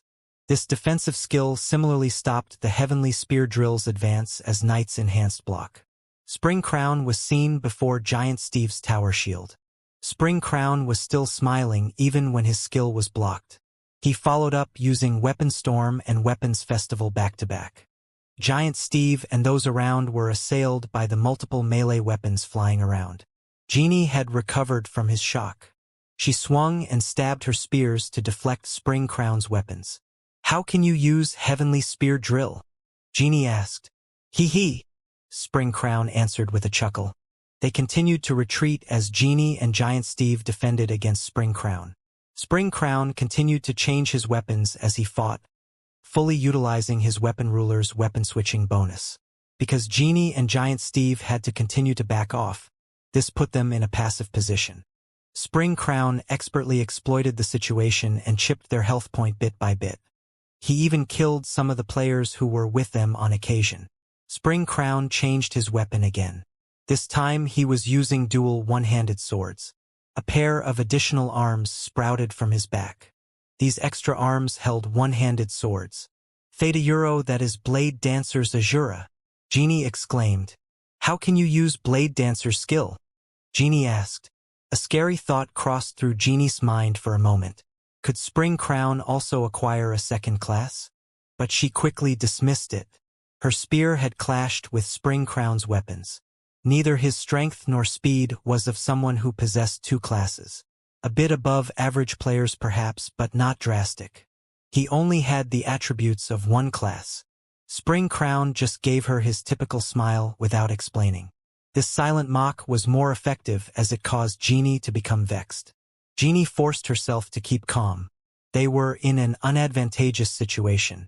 If she lost her calm, the people she led would do so as well. What Spring Crown used was his special class level 70 skill. At this level, Weapon Ruler gained the copy weapon skill. This skill could copy any skill that used a weapon, but Spring Crown had to see the skill being performed first. Once he saw someone executing the skill, he could also perform the skill by equipping the required weapon. The copied skill lasted for as long as the cooldown of the copy weapon skill, but not longer than the original skill's duration. At its first level, the copy weapon skill's cooldown was 10 minutes. Spring Crown had max-leveled this skill. This brought its cooldown to only 5 minutes. This meant he could copy another skill only 5 minutes after the first copied skill was used. He could use the Heavenly Spear drill after watching Genie use it on Master earlier. As for the Azura, he watched one nearby player use it. The copied skill followed the skill's original cooldown, though.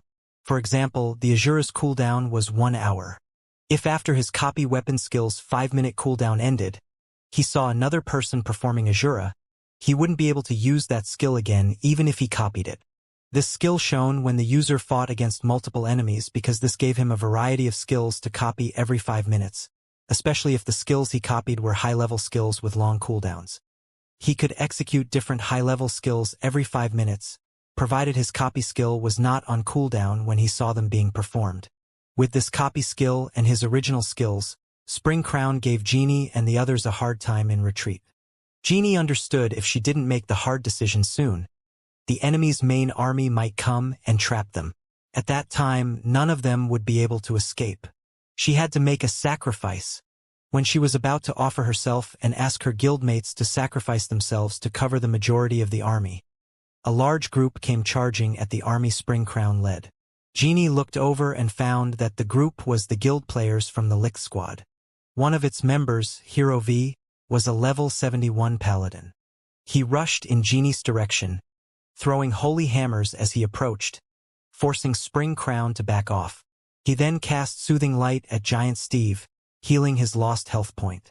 Without a word, he engaged Spring Crown. When Genie was about to give help, a voice stopped her. Lead the others to retreat to the second layer. Genie turned and saw the Lick Squad's leader, Viking, who was a level 71 berserker. We retreat together, Genie said. No, we will hold them here.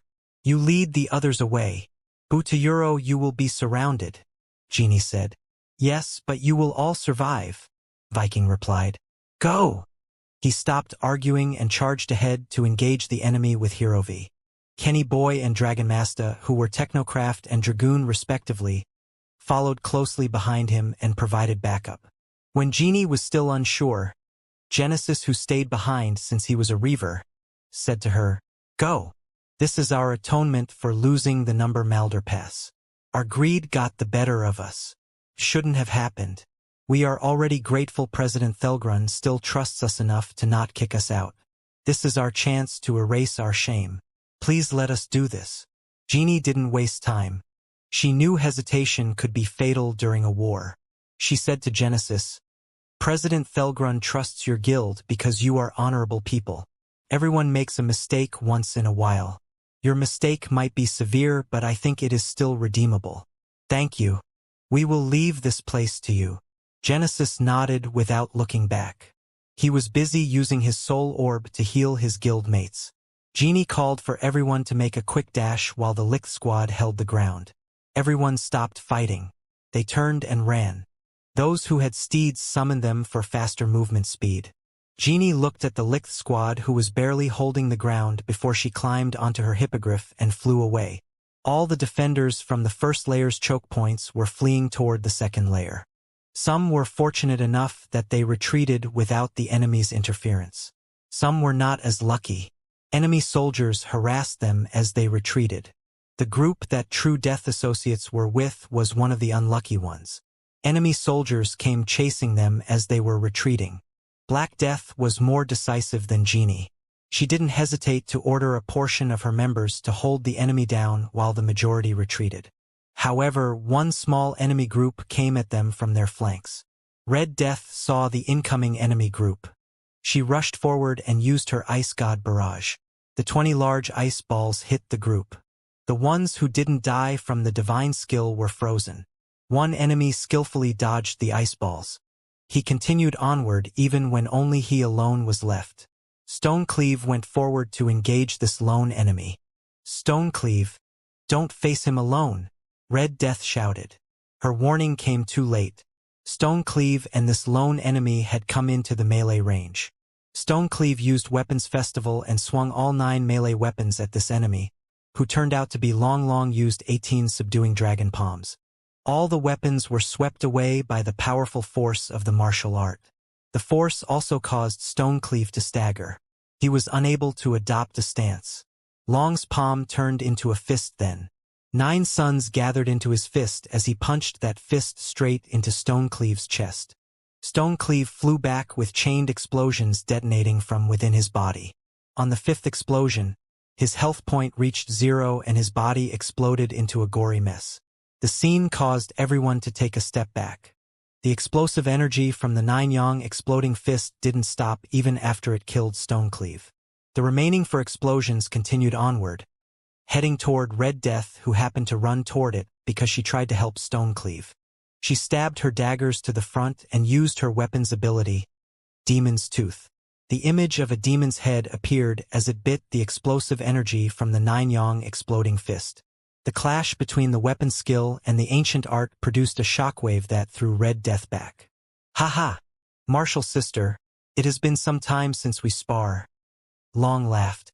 He sent Red Death a key bullet when she was still staggered. Red Death disappeared before the key bullet hit. She appeared right behind Long using phase kill. The skill gave her an increased speed that would have killed any opponent before they could react. But Long wasn't just any opponent. Additionally, Long had seen her skill in action and had expected it. He spun back with one leg accurately kicking Red Death's hand that was in the middle of stabbing. His other leg went for her head. She dodged the lightning-fast kick by a hairbreadth. She then jumped back as Long's fist, which was infused with dark energy, came punching from above. The fist slammed into the ground and caused cracks. Mid-jump, Red Death sensed an incoming attack from below her. She was unable to dodge. She crossed her 2 daggers to defend herself just as a force erupted from the ground and hit her. After hitting Red Death with Key Geyser, Long spun while his body enlarged due to muscle tendon transformation. With pinpoint accuracy, his fist struck Blue Death's arm, which was swinging a cleaver from behind him. Additional punches landed on Blue Death's body when Long used infinite lightning punches. Blue Death's body shattered. It was not his real body. It was his spectral projection. His real body was a distance away, preparing a spectral discharge that shot ranged attacks at Long. Blue Death didn't imagine his spectral body to be defeated so fast. He would have died if he had engaged Long directly. Long's body swayed as he dodged the shots from spectral discharge and advanced at the same time. Blue Death couldn't help but feel intimidated. He subconsciously took several steps back. He didn't dare to let Long come into his melee range. Scarface cast Arcane Turbulence, which erupted on the ground between Blue Death and Long. The spell stopped Long's advance. Long sensed another attack coming. He stopped his imaginary bamboo sways, transformed into a dragon form, and flew away just as a pitch-black sphere materialized. This sphere damaged everything it touched. "You miss me, Auntie Clara?" Long said from the air. The black sphere was a spell cast by Black Death. It was the level 60 spell from her mad demonologist, Hell Abyss. "Can you give me face and leave?" Black Death said. "Hee. Not this time, I'm afraid." Long punched the air and an image of a giant fist headed to Black Death. This was Lord's Fist, a skill from Long's special class, Fist Lord. Blue Death used Displace. He created a portal in front of Black Death.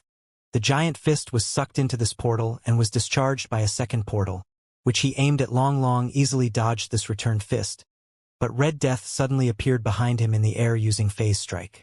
He sensed this ambush and moved away, but her next attack was very fast. She used her Mad Slayer level 70 skill, Diabolic Stab.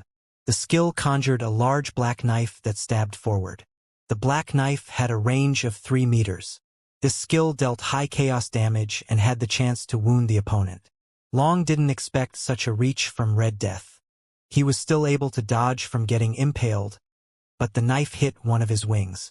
That wing was cut clean off. Losing one wing, he lost his ability to fly. Everyone, fire! Black Death ordered once Long landed on the ground. All the long-ranged players fired their attacks. Red Death ran away to avoid getting friendly fire. Facing these many attacks, his imaginary bamboo sways wouldn't be able to dodge them all. Instead of dodging them, Long punched his fist forward. As he did, numerous small comets shot out from his fist. These comets hit all directions. All the incoming attacks were struck by these comets. This comet attack was his Fist Lord's level 60 skill, Infinite Comet Fists. Red Death rushed back to Long with the other melee players when Long was blocking all these ranged attacks. They now surrounded him and were about to strike together. A voice stopped them. "Don't go near him." Red Death and the others didn't stop because they listened to the warning. They stopped because they felt their bodies were paralyzed by the voice. The voice that stopped them was infused with very strong mana manipulation. Long was holding his 2 palms together. It was blazing with raging flames. He was about to execute his 9-yong scorching blade to take out the melee players surrounding him, but the voice ruined his plan. He then saw the one who had uttered the shout jump toward him. It was Doman. His glaive was glowing. He slashed forward, which conjured an explosion of energy in the shape of a giant tiger's head. This tiger's head opened its mouth and was about to swallow Long whole. Long swung his blazing hand. The image of a giant flaming blade collided with the tiger's head, empowered by strong mana manipulation. The impact created a shockwave that not only threw Doman and him away but also the nearby melee players. Doman's skill just now was Tiger Key Strike. It was his special class, Tiger Arms Guardian's level 70 skill. "Master Demoniuro," Long greeted. He saw Jet and Freddy, who he had fought before, also approached. There was also Leave Me Alone, who had now regrouped with Doman. "Heh! Dealing with all of you all by myself is still too much." He summoned his new pet. A large serpent with 2 forelegs and a horned dragon head appeared. It was Celestial Lindworm, a mythical-grade draconic monster. Long climbed onto the lindworm's neck and the serpent flew away. It had no wings, but it could ride the air like Long's previous pet, the Sky WYRM. No one stopped him. Everyone from True Death Associates was glad this man left. Long didn't truly leave. He joined the soldiers who were fighting the defenders while retreating. He had rushed in with a small team to score more kills, but he admitted he had overestimated himself too much. Maybe if it was against normal players, he could deal with them even if their number was 10 times more. But with Doman in the mix, he had no choice but to retreat and join the army. Without Long hindering their way, True Death Associates and the others resumed their retreat. Most arrived safely at the second layer of choke points. However, they also ended up sacrificing more numbers, with Long aiding the pursuing force. While the defenders were valiantly defending the capital inside the mountain, the 2 country guardians continued their tussle outside. During demonization, Adrotha's physical attributes increased exponentially. Suzaki, who didn't excel in melees, was forced into a disadvantageous situation. However, Adroth also couldn't defeat the Phoenix. Suzaki took an evasive approach until the demonization ended, which had a 1-hour duration. Afterward, Suzaki went back to offense. Suzaki had a very high health point regeneration ability. After Adrotha's demonization ended, the dragon couldn't land enough hits to continue the damage. Hence, Suzaki's health point slowly recovered. Once the cooldown of demonization ended, which was 6 hours, Adroth used the ability again. This cycle continued. When the defenders retreated to fortify the second layer of choke points, almost 1 day had passed. Udroth was in his 4th demonization since the battle started. He lost more health point compared to Sasaki because he had a weaker regeneration ability. His health point was below 60% while Sasaki was still above 80%. Even so, Udroth's tone sounded like he was the one winning. "Give it up, old bird.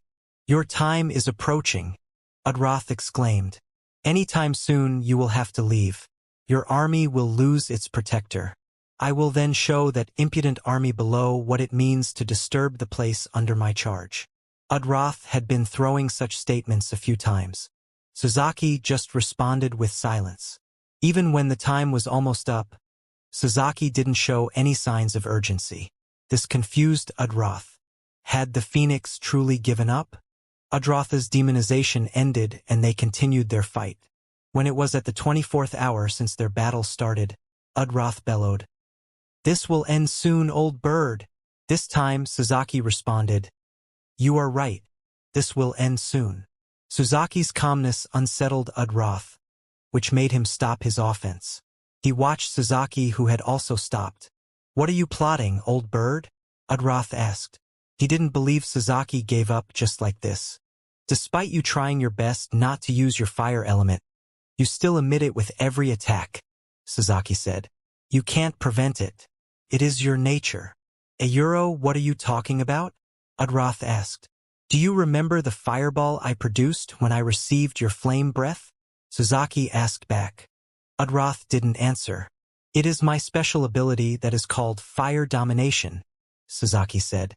"I take the fire elements from the environment as well as from enemies' attacks and convert them into a weapon." Udroth's eyes narrowed upon hearing the explanation. "This mountain was rich with the fire element," Sasaki continued. "I can understand why you chose this place as your home. At the same time, you also provided me with an abundance of fire elements. I have been accumulating the flame for almost a day, Udroth. If I produce a small fireball from your single attack, how big do you think I can create from our long fight?" Where do you Udroth sensed it then. A growing sensation that was coming from above. He looked up. Red hues appeared on the thick cloud above. They were then incinerated as a humongous ball of fire descended. Sasaki had been absorbing the fire elements and gathering them way high above the sky, out of sight and out of Udroth's mana sense. Now that the end of her 1-day duration was approaching, she brought the accumulated fire down. Udroth's eyes turned wide as he watched the descending fireball. It was almost as large as the mountain below, which made it larger than the capital itself. How did you gather so much fire Udroth stammered.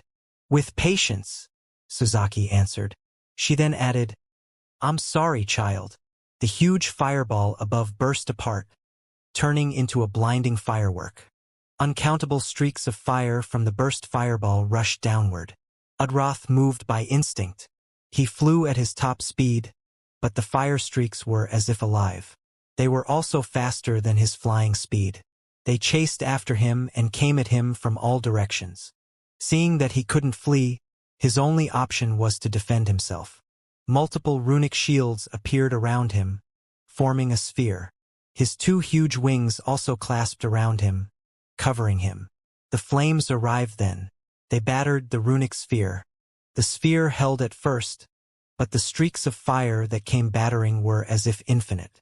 After enduring for some time, small holes finally appeared on the surface of the runic sphere. These holes slowly expanded, like paper being burned. The streaks of fire entered through these holes and started hammering Udroth's wing shield.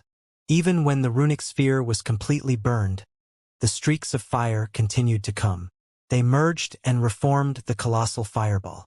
Udroth was at the center of this fireball, where the heat was the fiercest. As a fire dragon, Udroth had very high fire resistance, but he was not completely immune. The fireball seemed calm from the outside, but inside, it was a raging firestorm. Udroth continued to suffer damage every second. He tried to fly away when his health point got dangerously low, but the fireball was as if alive. It followed his movement. kept the dragon at its center. Udroth couldn't flee. When his health point dropped to 0, he uttered a soul-piercing cry. A portion of the Liguritum army was still outside the mountain. The soldiers in this army dropped to the ground from the pressure of the cry. Even those who were inside the capital could hear the cry. Udroth's body then exploded into a supernova. The explosion obliterated a partial of Mount Sedgebear's summit. The army below was spared because they were too far away, but the shockwave from the explosion kept them lying still on the ground. No loot was dropped from Udroth's death because he was killed by another native without interference from players. Even though a country guardian was considered under a sovereign, Master was too far away to trigger either the EXP or loot drops. Suzaki gazed at the falling ashes that were the remains of the once great dragon. A part of Udroth's head that was still recognizable dropped to the ground far below. Unlike the wilderness dragons, which were considered monsters, true dragons were considered natives. They didn't turn to dust when they died. There was sadness in Suzaki's eyes as she watched Udroth's remains, but it was soon gone. Her one-day duration arrived then. She turned into a streak of fire and disappeared from there. Thelgrun was notified when Udroth fell. He dropped to his knees when he heard the notification. He wasn't close to the country guardian. Udroth was already protecting this country even before he was born. Even so, losing a country guardian not only meant a country lost its strongest battle power, but it also lost its symbol. He couldn't believe the successive blows suffered by his country. First the rebellion, then the invasion. Now their country guardian was gone. Was this country doomed? Was this his fate? The adjutants by Thelgrun's sides panicked after seeing Thelgrun drop to his knees. They thought something sinister had happened to the president.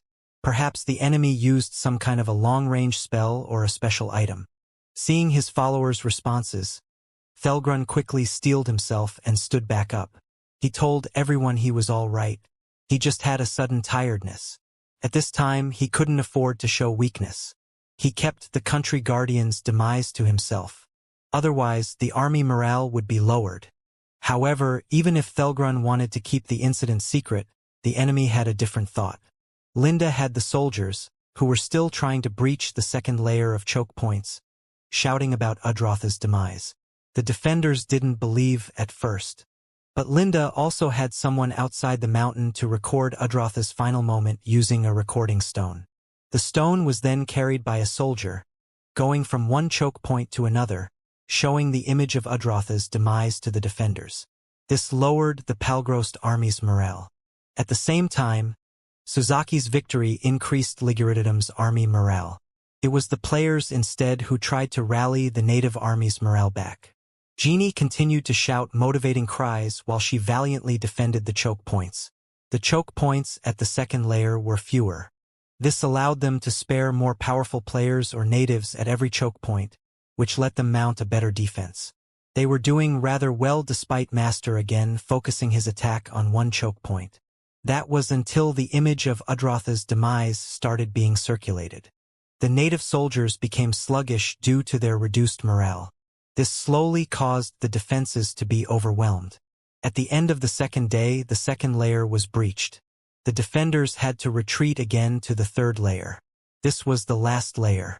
If this layer was breached, then all that was left was the palace itself. In the middle of the third day, what they feared the most happened. Only half a day passed, but they lost this last layer already. Everyone retreated into the palace's courtyard. Their only defense left was the massive diamond gate on a gold wall, which separated the palace's complex from the rest of the capital.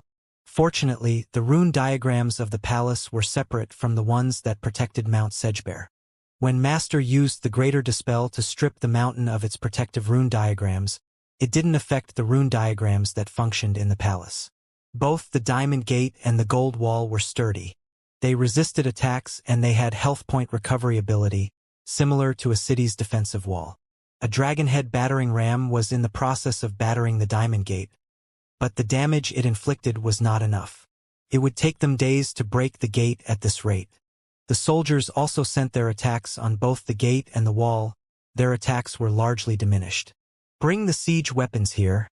Master sent Linda a message. "On the way," Linda informed. I need to inform you about one other thing. Our scouts had sighted the Themisphere army. They should arrive in a few more hours. So Sunayuro? Master clenched his fist. He had heard about what happened at Vacarist from Motherboard. After receiving the news that Horatio had ascended to become the new emperor of the Sangrod Empire, he knew then that their ploy to halt the Themisphere army had been foiled. Still, he expected them to conquer Balgador before that reinforcement arrived. The defenders put on a stronger resistance than he anticipated. Prepare our forces to deal with them, Master commanded. I already did, but I need more troops to deal with them effectively. I have to pull many soldiers out of the capital, Linda said. Take as many as you need, Master replied. Boron's force will be here to break the gate down. With the siege weapons, they should be able to destroy the gate. After 2.5 days of fighting, both sides suffered casualties. Thelgrun's force, which had retreated into the palace courtyard, was down to around 1,700,000 troops. Liguriddum also lost troops due to their aggressive offense to break through the choke points. They lost 200,000 troops and 700,000 zombie units. Additionally, Master also left behind a total of 400,000 troops in Number Malder Pass and the Palgros settlements he had defeated. This was to ensure the supply line kept going. This put the number of Liguriddum troops that were still fighting in Balgador at 1,600,000 soldiers and 600,000 zombie units. Boron's force only lost 100,000 troops because he took a reserved approach. He wasn't that forceful in breaking through the choke points. He waited for the Liguriddum army to do the job for him. Even though it appeared the loss on both sides was almost the same, Master had the Necronomicon. As his force advanced, he went around the battlefield resurrecting both his soldiers and the enemies that had fallen. He gained fresh troops from this act. His army was bolstered by another 1,100,000 zombie units. He left these fresh zombie units with Boron to take care of Thelgrun's force once they destroyed the Diamond Gate. He then brought the remaining of his force outside the mountain. A force that totaled 2,200,000 troops, which consisted of native and zombie soldiers. He prepared himself to battle Jack's incoming 1,500,000 troops. Inside the palace courtyard, Jeannie received a message from Jack informing her that they were approaching. He asked her to endure a little longer. How about we go out once the boss arrives? This way we pin the enemies from two sides. The man suggested. He wasn't keen on hunkering down here and waited for the gate to break. He preferred they continued fighting until the end. Jeannie shook her head. We don't know how many troops that are behind that gate. Even if Jack draws a majority of the enemies away, it is still not a good idea to rush out. Why? The man asked. Look at them, Jeannie said, indicating Palgros soldiers. They all sat on the ground with defeated expressions. Their morale was very low. Do you expect them to be able to fight properly? Jeannie informed Thelgrun about Jack's approach. The president expressed his delight in hearing the news, but Jeannie could see from his eyes that he didn't put much hope on this reinforcement. She couldn't blame him. Thelgrun had lost his country guardian, his capital, a portion of his army, and was now forced to hide inside his palace. He even lost one of the 2 admirals who were still loyal to him. Thorak Groundbreaker, a level 85 mythical dwarf who was also the strongest admiral in the Palgros military, fell when he was covering for the army's retreat when the 3rd layer of choke point defense was breached. Thorak was brave, but he was also overconfident. He fought against Liguriddum's High Marshal, Oberon, and Master himself. In the end, he was unable to retreat with the rest of the army and fell. After all these losses, Thelgrun had the right to be depressed. These several days of fighting had thinned out whatever flame that was left inside him. No one could blame him, including Jeannie. She was disappointed, though. She believed a leader should be more optimistic. Yes, his losses had been great, but the news of an allied reinforcement arriving should be something Thelgrun could use to rally his people's morale. Yet, his pessimism rendered him unable to inspire hope in his failing army. Even the only admiral left, Helga Flameforge, a level 80 mythical dwarf, sat by the side with her head hung low. All the native dwarves seemed to have lost their will to fight. Jeannie could only rely on the players at this time. When the gate broke, the players would be the main defending force. She called the guild leaders to meet so they could discuss their defensive plan. When the guild leaders assembled, she noticed that neither David nor Serpent Boss was present. "Where are the representatives from the Dogs of War?" she asked. Everyone looked around. Blue Days, who now replaced Silverwing as acting leader of White Scarfs after he was killed, said, "Actually, I haven't seen any members of the Dogs of War around here." The others nodded. They also hadn't seen Dogs of War's members after they barricaded themselves behind the Diamond Gate. Genie looked at his friend list. David's name indicated he was still alive. He was also nearby, not in Themisphere, meaning he hadn't been killed. She sent him a message. "Where are you?" "Outside," David answered. "Outside where?" Genie asked. She was peeved with David's vague answer. "Outside the palace. In Balgador." "You are trapped outside? How did you fail to retreat? Why don't I see any of your members here? You can't be all trapped outside. Can you?" "We are not trapped. We stay here out of our own choice." "Why?" "So we can hit the enemies where it hurts," David answered. "Don't worry about us. We are used to urban warfare. This capital is huge. Lots of buildings for us to hide in. They won't find us easily. In the meantime, we will do guerrilla warfare to slow the enemies. Just for your information, they are transporting siege weapons through the capital as we speak. We are planning to ambush these siege weapons. Wish us luck." "Be careful," Genie said. "I'm happy for your concern," David replied teasingly. Genie shook her head. She hoped those guys out there were okay. In the meantime, she had to organize the defenses here to prepare when the gate was taken down. This gate could be said as the final choke point. There was only one, so they could focus all their firepower here. They had the ex-members of the Council of Charites who were now their companions. Even when their number was very little compared to the army they would be facing, they should be able to defend this one choke point for some time. Still, Genie hoped Jack's force outside could drive the enemies away before it came to that. Outside, Linda arranged the 1,600,000 Liguridium troops and the 600,000 zombie units. She organized them to cover the capital's entrances and placed them in a pattern that gave their army the most advantage. The enemies had to come to them. They didn't need to move. This gave them an advantage. If the enemies decided to stay back, that was even better. They just needed to wait until the troops inside stormed into the palace and took control of the throne room. Master also came outside to join the army facing Themisphere. Beside him was the newest addition to his zombie unit, Thorak Groundbreaker, the level 85 mythical grade admiral he had slain earlier. Oberon was also with him. Boron's admiral, Oder Goldhoarder, who was a level 82 mythical dwarf, stayed inside to help Boron defeat Thelgrun's force when the Diamond Gate was destroyed. Long, Springcrown, and Ronald were out there with Master. Linda stayed inside the capital's lobby cave hall to operate the war table. Beside her was the Liguridium guilds who had submitted to them. These guild players were preparing to use their guild army. They didn't use the guild armies when fighting against Palgrost because Palgrost was of no menace. The problem they had when fighting Palgrost wasn't the number of troops. It was the time it took to breach the choke points. Even if Palgrost's guilds who supported Thelgrun summoned their guild armies to bolster the force defending the choke points, those guild armies didn't make much of a difference. But against Themisphere, against Everlasting Heavenly Legends, it was different. They had fought Everlasting Heavenly Legends guild army during the Hydrond War. As much as Master hated to admit it, Jack's guild army was a notch stronger. That guild army was able to hold its own even when the two guild armies of Worldmaker and World Ruler were working together.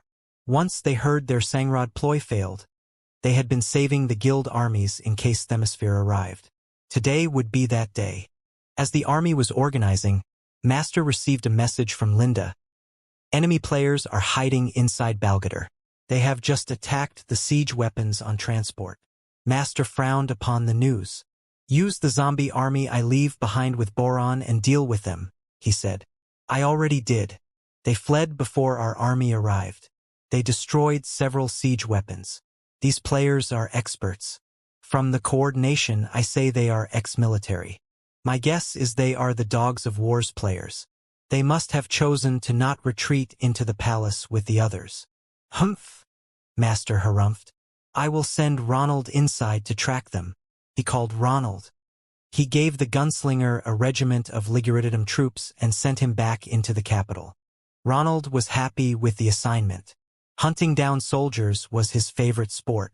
The Themisphere army stopped a distance away from Mount Sedgebear. The soldiers could see the tattered condition of the mountain even from a distance. One half of its peak was gone. They could only imagine the fierce battle that had happened there before they arrived. A battle that had not yet ended. The large sea of soldiers that was the Liguridium army was seen at the base of the mountain, waiting for them to come.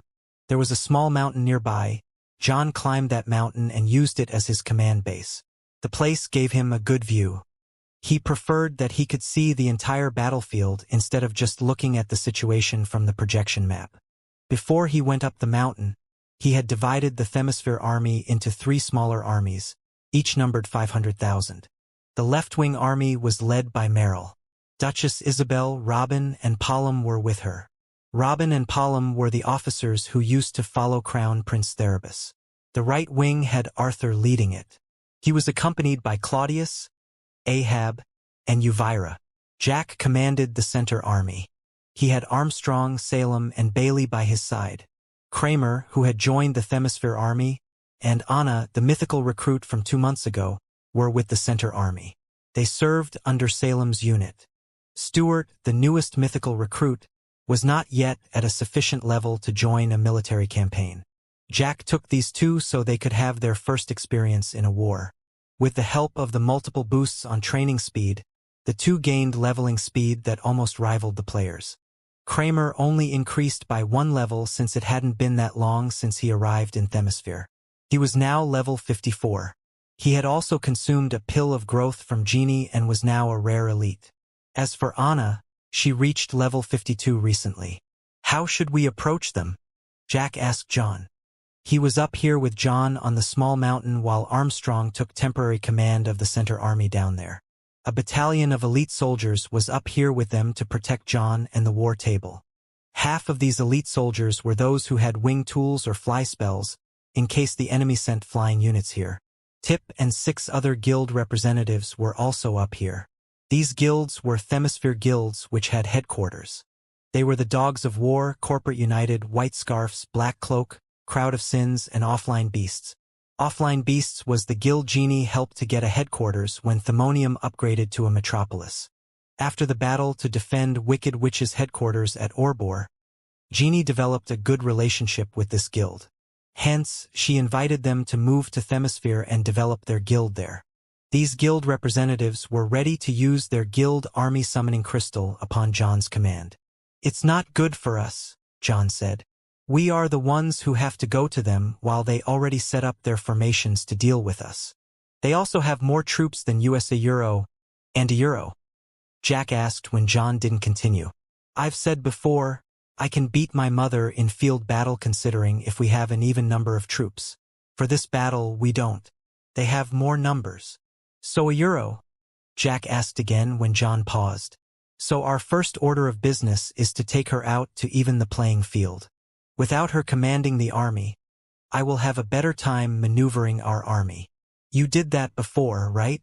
You can do it again, Jack encouraged. I don't need your pep talk. The situation this time is different. Last time, she was out in the open and she didn't know about our hang gliders.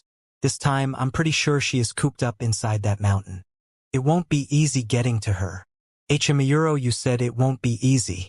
So, it's not impossible. Jack asked. John smiled.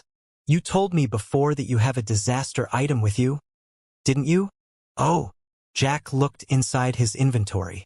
The gate of the underworld was still there inside his storage bag. He had forgotten he still had this thing. Do you want to use this? Jack asked. He took the disaster item out. This thing will not only attack the enemy but us as well. Store it. You are the one who is going to use it, John replied. I am. John grinned upon the question. He told Jack what Jack needed to do. Not long after, the 3 divisions of the Themisphere army started advancing. They moved slowly while shifting slightly to the left, where the east gate of Balgadar was located. This side also had the least concentration of the enemy. The Liguridium army stood their ground and waited for them to arrive. They had already transported all their siege weapons into the capital to deal with the Diamond Gate, so they didn't have any with them. They were waiting for the Themisphere army to come into the range of their long-range soldiers. Themisphere army, however, brought some siege units. Only one type, though. It was a siege unit that had been upgraded from the research of military techs. The unit was Wind Ballista. The upgrade increased the siege unit's movement speed. This movement speed upgrade was also the reason these siege weapons were brought. The other siege weapons were too slow. The upgrade not only increased the movement speed, it also gave the ballista additional wind damage and strong piercing power. The bolts it shot ignored 50% of defensive stats. They brought 12 of these ballistae, which were half of what Themisphere had.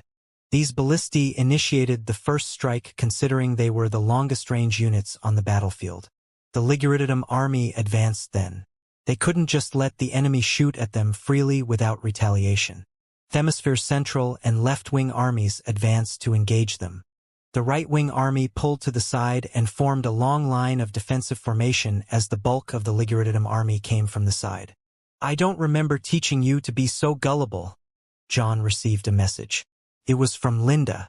After the Hydron War, there were several instances where John went out of Themisphere to join some guild quests. During one of these times, he received a friend request from Linda. His mother must have been somewhere nearby to be able to send this request.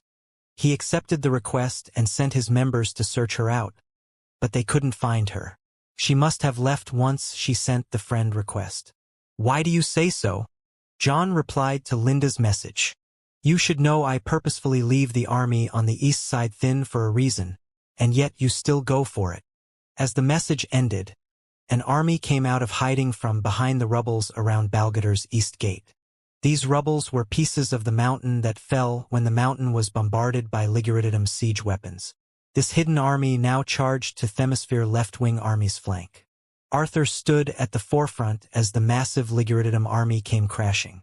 They stood their ground and mainly acted as a defensive wall to protect the left wing and the center army while they dealt with the enemies. Arthur activated his sphere of Aegis and dove right into the enemy's midst. While this skill was active, he was nearly invincible. The white fiery sphere not only protected his body but also damaged all it touched. His speed was also increased when this skill was active. His silvery transparent wings tool let him zip around, creating chaos within the enemy's ranks. The center and left-wing armies should have originally engaged an army that was fewer than them, but the sudden appearance of the hidden army turned the situation around. Especially for the left-wing army. The hidden army came to their left flank. They were now dealing with a force twice their size.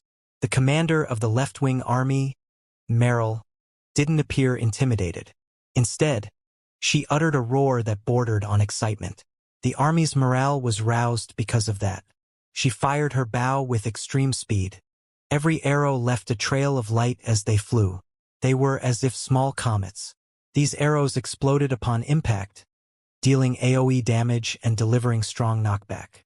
These knockbacks forced the enemy's charge to stop, disrupting their formation. A figure suddenly shot out from the disrupted army. Meryl jumped away just before this figure landed with a bang. The ground where it landed was shattered and a shockwave radiated out, causing the Themisphere soldiers nearby to fall to the ground. The figure was a large dwarf. A dead dwarf to be exact. The skin on his face was pale and cracked. His eyes were hollow. The dwarf was ex-admiral of Palgrost, Thorak Groundbreaker. Thorak was 4 levels stronger than Meryl, but the Lord Marshal didn't back down. She continued firing her arrows at Thorak, who charged forward. Thorak charged using a skill, Forceful Charge. A protective layer of energy covered his body while he charged, reducing a great deal of damage as well as negating all movement restrictions. Meryl's arrows that hit his body bounced off without dealing much damage. The high-speed charge brought him before Meryl in an instant. His huge hammer was launched at Mary's face. A heater shield came between the hammer and the face. "You think I am powerless in a melee because I use bow and arrow?" Meryl said. Her body spun dexterously and she was already behind Thorak before he could respond. Her main hand was now holding a one-handed sword. Following her spinning momentum, she used the pommel of her sword and struck the back of Thorak's head, sending him reeling forward. She was one of the few natives that originally knew martial arts. After the Themisphere implemented the large-scale martial arts drill in the army, she was one of the few who was most enthusiastic about learning it. The drill further refined her movements, giving her expert precision. With quick movements, she switched the shield in her left hand to an axe that hung beside her waist. She slashed with the axe and stabbed with the sword. The two weapons also emitted energy that was the characteristic of key weapon. Thorak couldn't cope with Meryl's fast and varied attacks. He received hits on multiple occasions. The damage he received was mitigated, though, because he was protected by divine armor. Meryl didn't mind. Any damage dealt to this zombie admiral, however small, was a win. This was because the zombie units couldn't be healed. Thorak swung his hammer with a power that could level mountains. Every swing generated a force that created a tidal wave. Meryl felt suffocating pressures from those swings. She had difficulty moving every time the hammer passed by her. She had to use all her focus to move with precise timing, so she didn't get hit by these powerful blows. However, war was not a place for a duel. Her focus had instead opened her up to another attack. She was struck by a lightning bolt cast by an enemy. This lightning bolt stunned her just as Thorak's hammer came swinging again. Luckily, Meryl was not alone. A beam of light came crashing into Thorak from the side. He stumbled from the force of the beam. His swing missed Meryl. Meryl turned to the source of the light beam and saw Duchess Isabel floating not far away. Multiple melee weapons made of light were floating around her. In her hand was a long multi-tailed whip that was also made of light. Meryl flashed her a grateful gaze before returning her attention to Thorak. The Admiral didn't feel pain or humiliation from Isabel's surprise attack. He didn't feel anything for he was dead. He did growl, but not out of anger. The growl turned to a howl which stunned the soldiers around him. His body then enlarged. His body continued to grow until his body mass was 5 times his original size. Meryl was now as if a baby in front of him. He swung his giant hammer down. Meryl didn't dare to look down on this attack. She jumped away and tried to put as much distance as possible. When the hammer hit the ground, the surrounding soil collapsed. At the same time, a small earthquake radiated out. Meryl was speechless. Thorak wasn't using any skill just now. That was just a standard attack. She decided to be prudent and returned to using her bow and arrows. She maintained her distance as she kite Thorak. While their commander was fighting the zombie admiral, the left-wing army wasn't having a good time. They were besieged from 2 sides by an army twice their number. John watched this from the small mountaintop. "My offer still stands, son. Come to our side. There is no need for this pointless struggle." Linda continued to send John messages. John smiled. "Hee. As you said, I shouldn't be that gullible. Do you truly think I march my army into your trap just like that?" "What do you mean?" Answering Linda's question, an army of around 100,000 suddenly appeared out of thin air behind Liguridium's hidden army that flanked Themisphere's left-wing army. This newly emerged army ambushed the unsuspecting hidden army from their rear. "How?" Linda asked. "Hee. You forgot what you said before about knowing your enemy." John replied, "We have the illusionist units. Your master might not be familiar with the monarch system and thus the special units of other countries, but players can also get a special class that is called the illusionist. He should know what skills this class possesses." "You mean a euro?" "Yeah. I had the illusionists cast invisibility shroud on an army before we advanced. This spell is just like the invisibility spell but can affect others instead of the caster." "Humph. That small army won't make a difference," Linda said. "Oh, they are not just any small army," John replied. Linda saw the clash transpire from her projection map. She saw the number of casualties increase many folds when the ambush took place. Even if her hidden army was caught unaware by the ambush, such a casualty rate was unusual. Linda couldn't watch the battle directly. If she did, she wouldn't be as baffled as she was now. The army that John had concealed using the invisibility shroud was comprised of the elites of the elites. They were not only comprised of Themisphere's 6 special units, but they also had the highest levels for non-officers. These were because they were the ones being prioritized to train inside the war academies and also the Brave Academy that was recently built. Because they were trained in those academies, they also had more skills or spells compared to other units. This was because the academies also improved the chance of learning skills or spells aside from improving the leveling speed. That was not all, they were also the ones who John arranged to be trained directly by Doman and Jet. Thus, their martial expertise was the most advanced among the natives. They were also given the best equipment available. John had organized these elites with such details that they might as well be his golden children. They were what most of the kingdom's resources were spent on. Each of these elite soldiers was a force to be reckoned with. The Wonder Wizards, which were the newest addition to Themisphere's special units after they built Joy's recreational hub, made their debut in this battle. They were very versatile units. They could serve as the group's cannons with their elemental spells which dealt high AoE damage. They also had support spells that buffed and healed allies. They might have very little health point compared to the other special units, but they were not defenseless when targeted. They had several defensive spells and they also had the teleportation spells which allowed them to flee if needed. They were truly wonders among wizards. Aside from these wonder wizards, their counterparts from another divine faction also shone in this battle. The brave champions, which originated from the Sanctuary for Courage, also had their first battle here. They might be new for everyone else, but everlasting Heavenly Legends members who frequented the ancient battleground were familiar with these units. They were the Golden Warriors whom the players followed when they were making their push to the place where the supply carts were. These brave champions were extremely fierce and fearless. They didn't care even if they were outnumbered. The more enemies they faced, the stronger they became. They were like armored berserkers. Each of them could use ancestral possession that conjured a lion god spirit. Not as impressive as Miho's spirit of the divine lion, but more powerful than Berserker's standard ancestral possession. Either of these 2 special units were not combatants to be trifled with. However, the most special about these special units from the divine factions was that they were very sensitive to mana. Once the soldiers upgraded into Wonder Wizard or Brave Champion, they possessed basic mana sense. When Doman taught them about mana manipulation, they were also the most receptive compared to the other native soldiers. Hence, their battle power was at a whole other level compared to the standard units. But as impressive as the 2 special units were, there was a small group within these 100,000 elite troops that was even more impressive. If the Wonder Wizards and Brave Champions were an imitation of the warriors of the Divine faction, this small group was the genuine warriors of the Divine faction. This small group was a special division comprised of the ex-members of the Council of Charites that Jack had recruited after saving their faction. This group numbered around 500. Leading this group was Erin, who had become Jack's royal agent.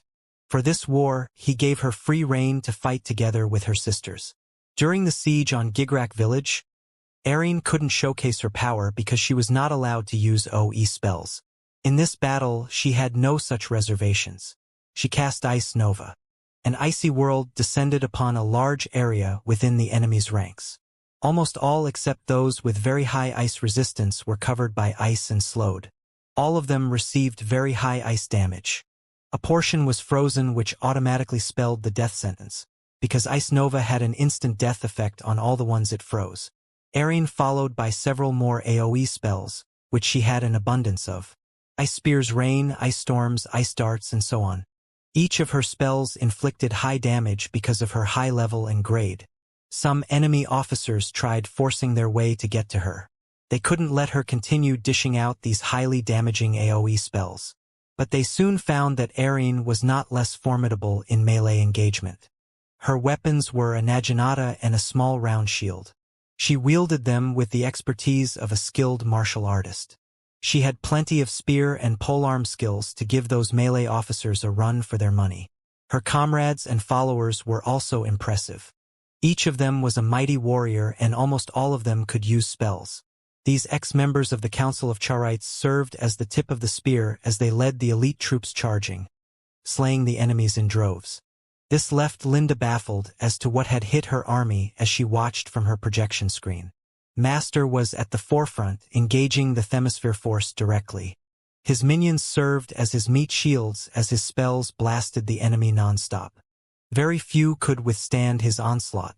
"Aren't you going to use that thing you revived a few days ago?" Spring Crown asked. He was fighting beside Master. Long had gone to who knew where as usual.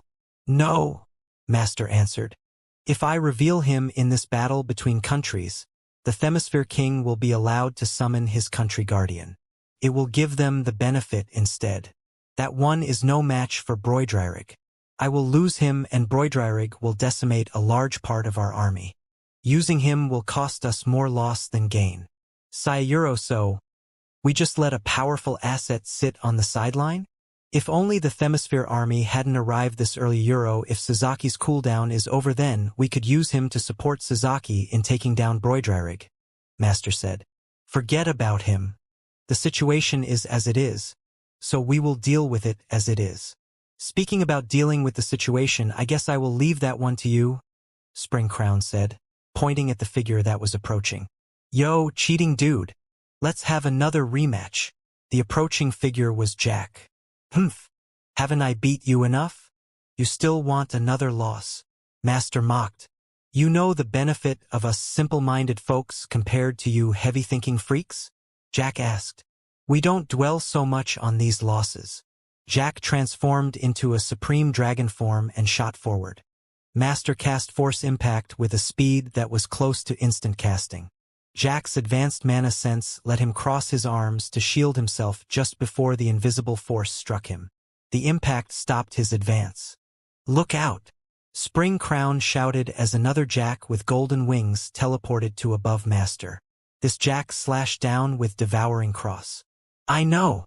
Master responded to Spring Crown's warning. He had mana sense which warned him of this ambush.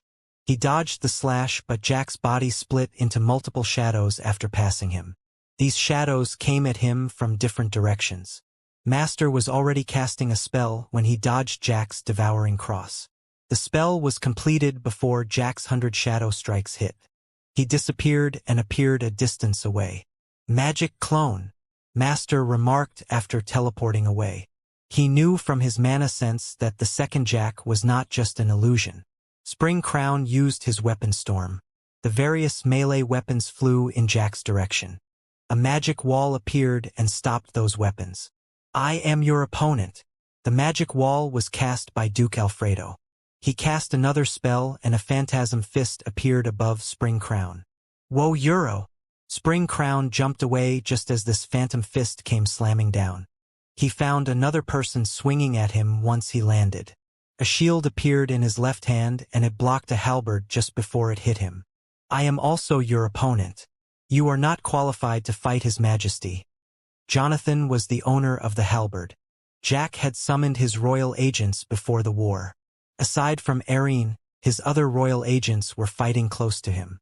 Spring Crown changed the spear in his right hand into a one-handed sword and slashed at Jonathan's weapon hand. Jonathan noticed the slash and quickly moved away. "For the record, I would prefer to not fight your king," Spring Crown said. The sword in his hand changed back into a spear as he thrust forward using keystrike. Jonathan was blasted away by the strike. Spring Crown didn't press his assault. He instead moved away as a phantasm hammer from Duke Alfredo came crashing down. Thuras, Jack's spirit weapon, and his other royal agents were fighting Master's summoned minions.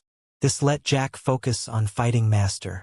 His clone was currently getting bound by multiple energy rings. The rings were from Master's evolved magic bind. The dragon form Jack came flying when his clone was bound, but he suddenly found his body became numb. "It's his third eye," Penuel informed. Master's demonic eye on his forehead was glowing. It was one of his bloodline skills, demonic stare. This eye skill caused paralyzation as well as made its target experience illusions. "Wake up! Hey!" Penuel slapped Jack's face when she saw his blank face. Her recovery skills served no purpose here because it was Jack's mind that was attacked. Fortunately, Jack was using the double clone skill at the moment. His mind and perception weren't singular. His other self, which was bound by the magic rings, saw what was happening. This clone used willpower and freed himself from the bind. At the same time, his mind also worked itself into the petrified Jack's mind. Penuel was unable to wake Jack up because she was stimulating him from the outside, but the clone was stimulating Jack from the inside. Dragon form Jack's eyes quickly returned to awareness again, just as 10 earth pillars were about to imprison him. He flew away in the nick of time. The earth pillars merged into the earth prison VRMMO and chased after him. Jack used lightning god barrage. The 20 lightning balls exploded along the earth prison VRMMO's body, shattering the giant VRMMO into pieces. In the meantime, Clone Jack was firing his spells while chasing after Master. Master used wind god blades. Clone Jack cast ghost form and turned intangible. The 20 blades passed by him and hit the ground and the soldiers behind. The three fought for some time, flying around the battlefield as they threw one attack after another. Master turned into the Earth Titan when he couldn't keep the distance anymore. The two Jacks were extremely fast. The Earth Titan was exceptionally resilient. It absorbed Jack's damage and allowed Master to cast spells freely. The two Jacks were now the ones in trouble trying to dodge Master's endless spells. Dragon Jack used gold scale armor while Clone Jack used lightning god suit to mitigate the damage they received. During an opening created by his spells, Master finally managed to snatch Dragon Jack's feet using the combination spell, Flame Whip. The whip forcefully pulled Jack to Master. In his Earth Titan's form, Master's strength stat surpassed Jack's. Once Jack came into range, Master used the Wing God Rage. A sphere filled with raging deadly winds revolved around him. These winds cut into Jack. Even with Jack's excellent defense, he couldn't withstand this divine skill's full duration. Penuel used invulnerability to buy Jack a few seconds, but the Wind God Rage lasted longer than invulnerability's duration. Dragon form Jack was killed then.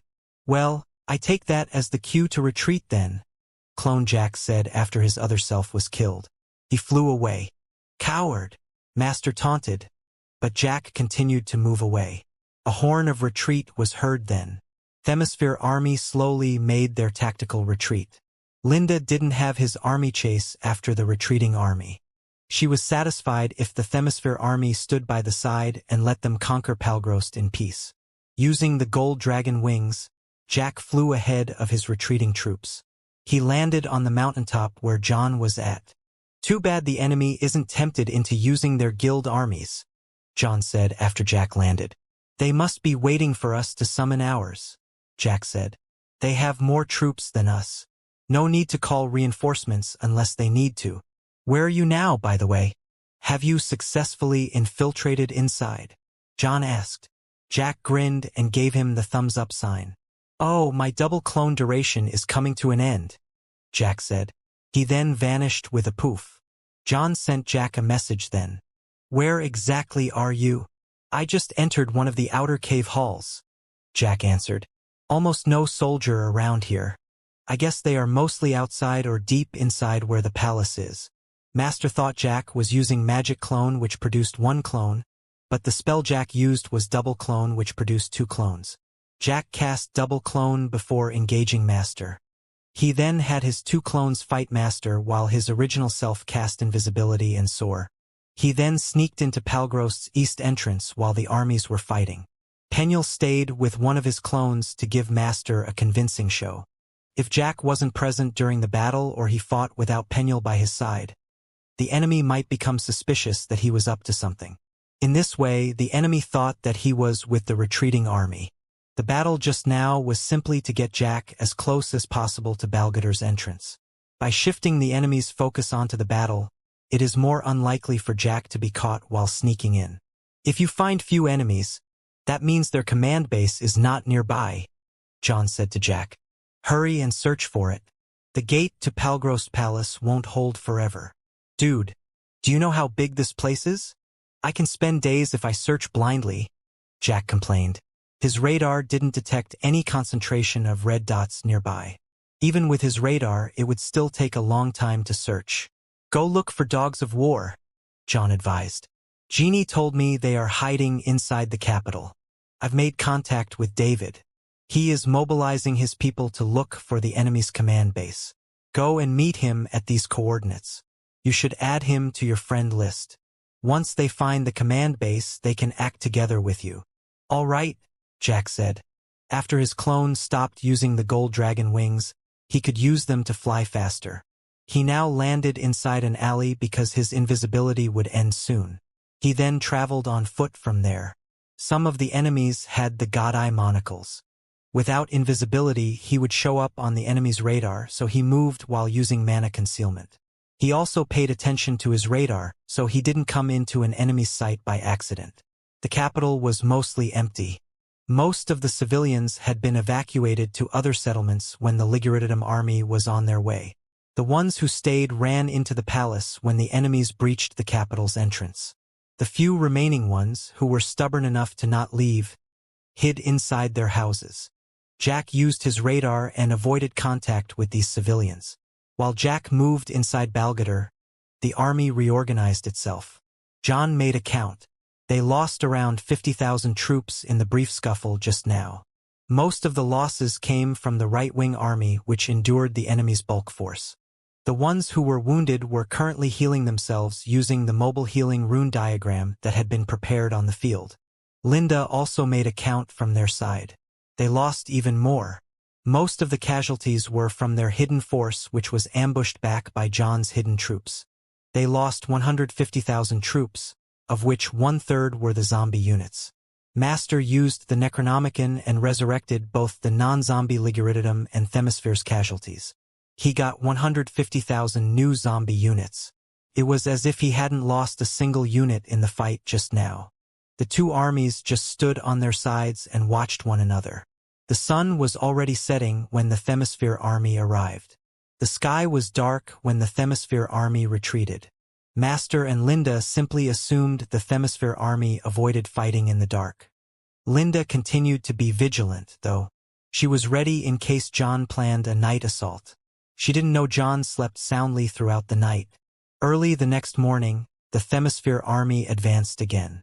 But unlike yesterday, the three wings spread out and hit from different sides.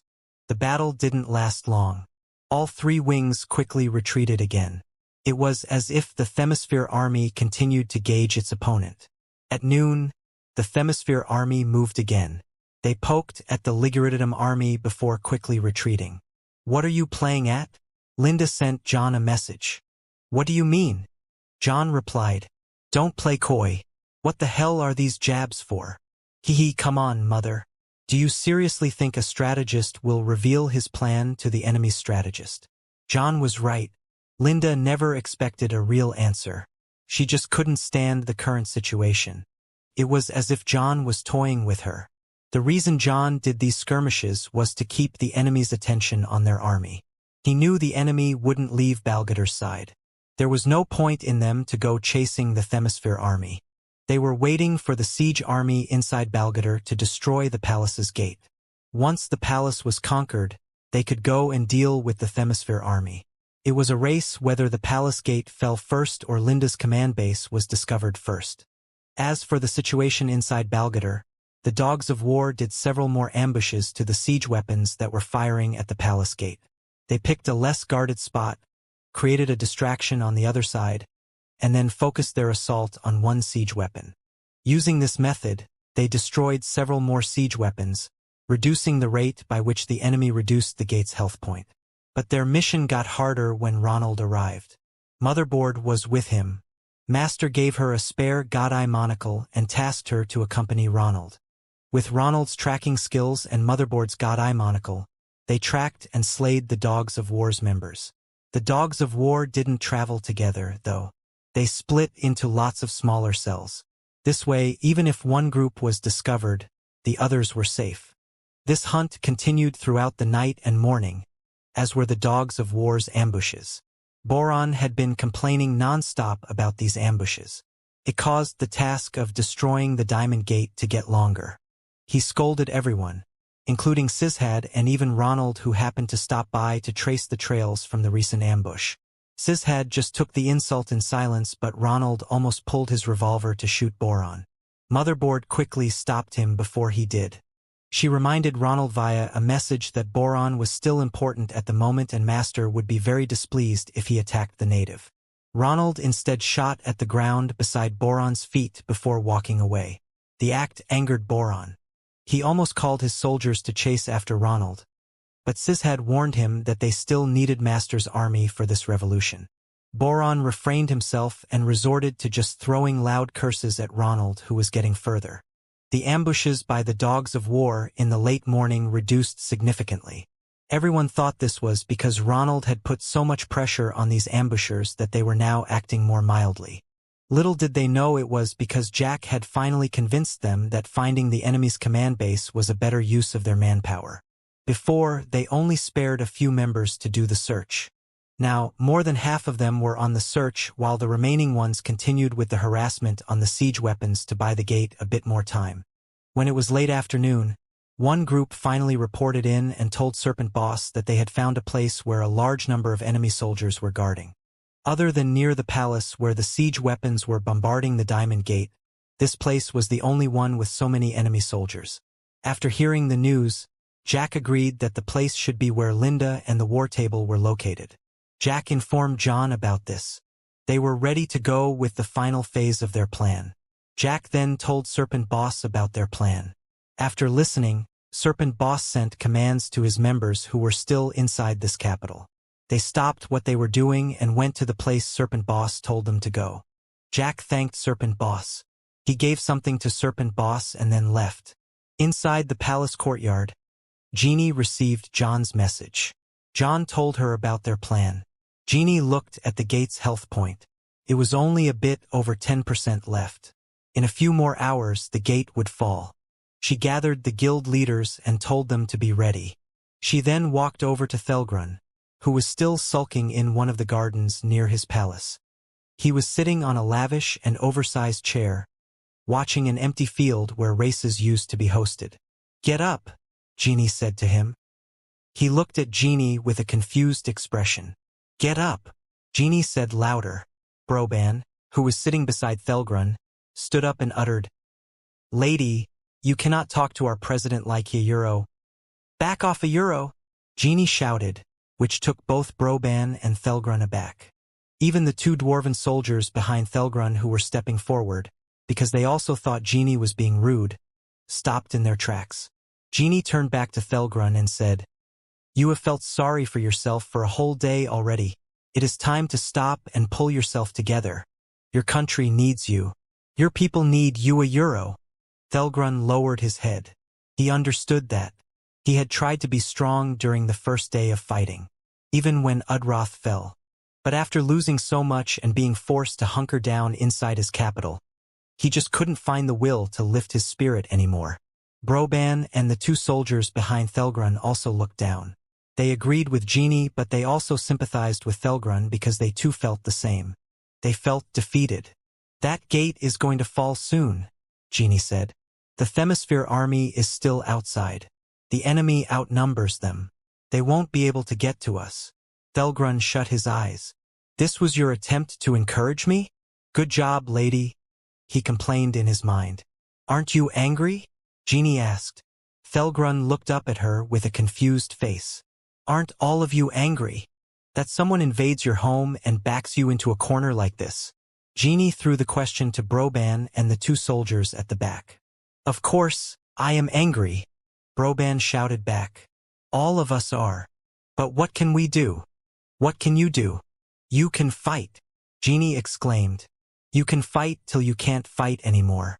You can fight until you die. That's what you can do. You can punish those invaders and traitors.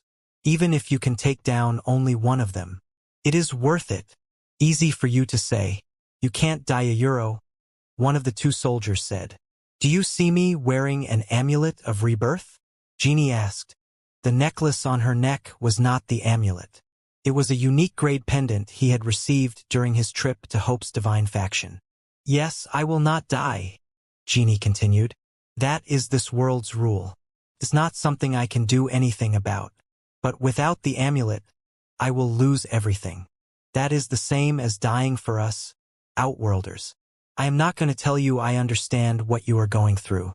I am not going to tell you that I can conquer the fear of dying if I am in your shoes. But I can tell you that even if I do, I will still fight. That is because I know my will to protect my home and the people I love is stronger than my fear. If Palgrost falls here, Liguridium will come to Themisphere next. So, I come here to fight not only for Palgrost but for my home, as you now fight for your home. If you give up now, then all is lost. Jeannie hit the end of her spear's shaft on the ground. Get up, President Thelgrun of Palgrost. You've not yet lost everything. You still have your army. You still have your hammer. Most of all, you still have your life. Pick up your hammer and prepare to fight. Thelgrun looked at the hammer that was lying on the ground next to him. She is right, Mr. President. Helga Flameforge, the only remaining admiral on their side, came to Thelgrun's side. Janhilda was next to her. They also heard Jeannie's speech.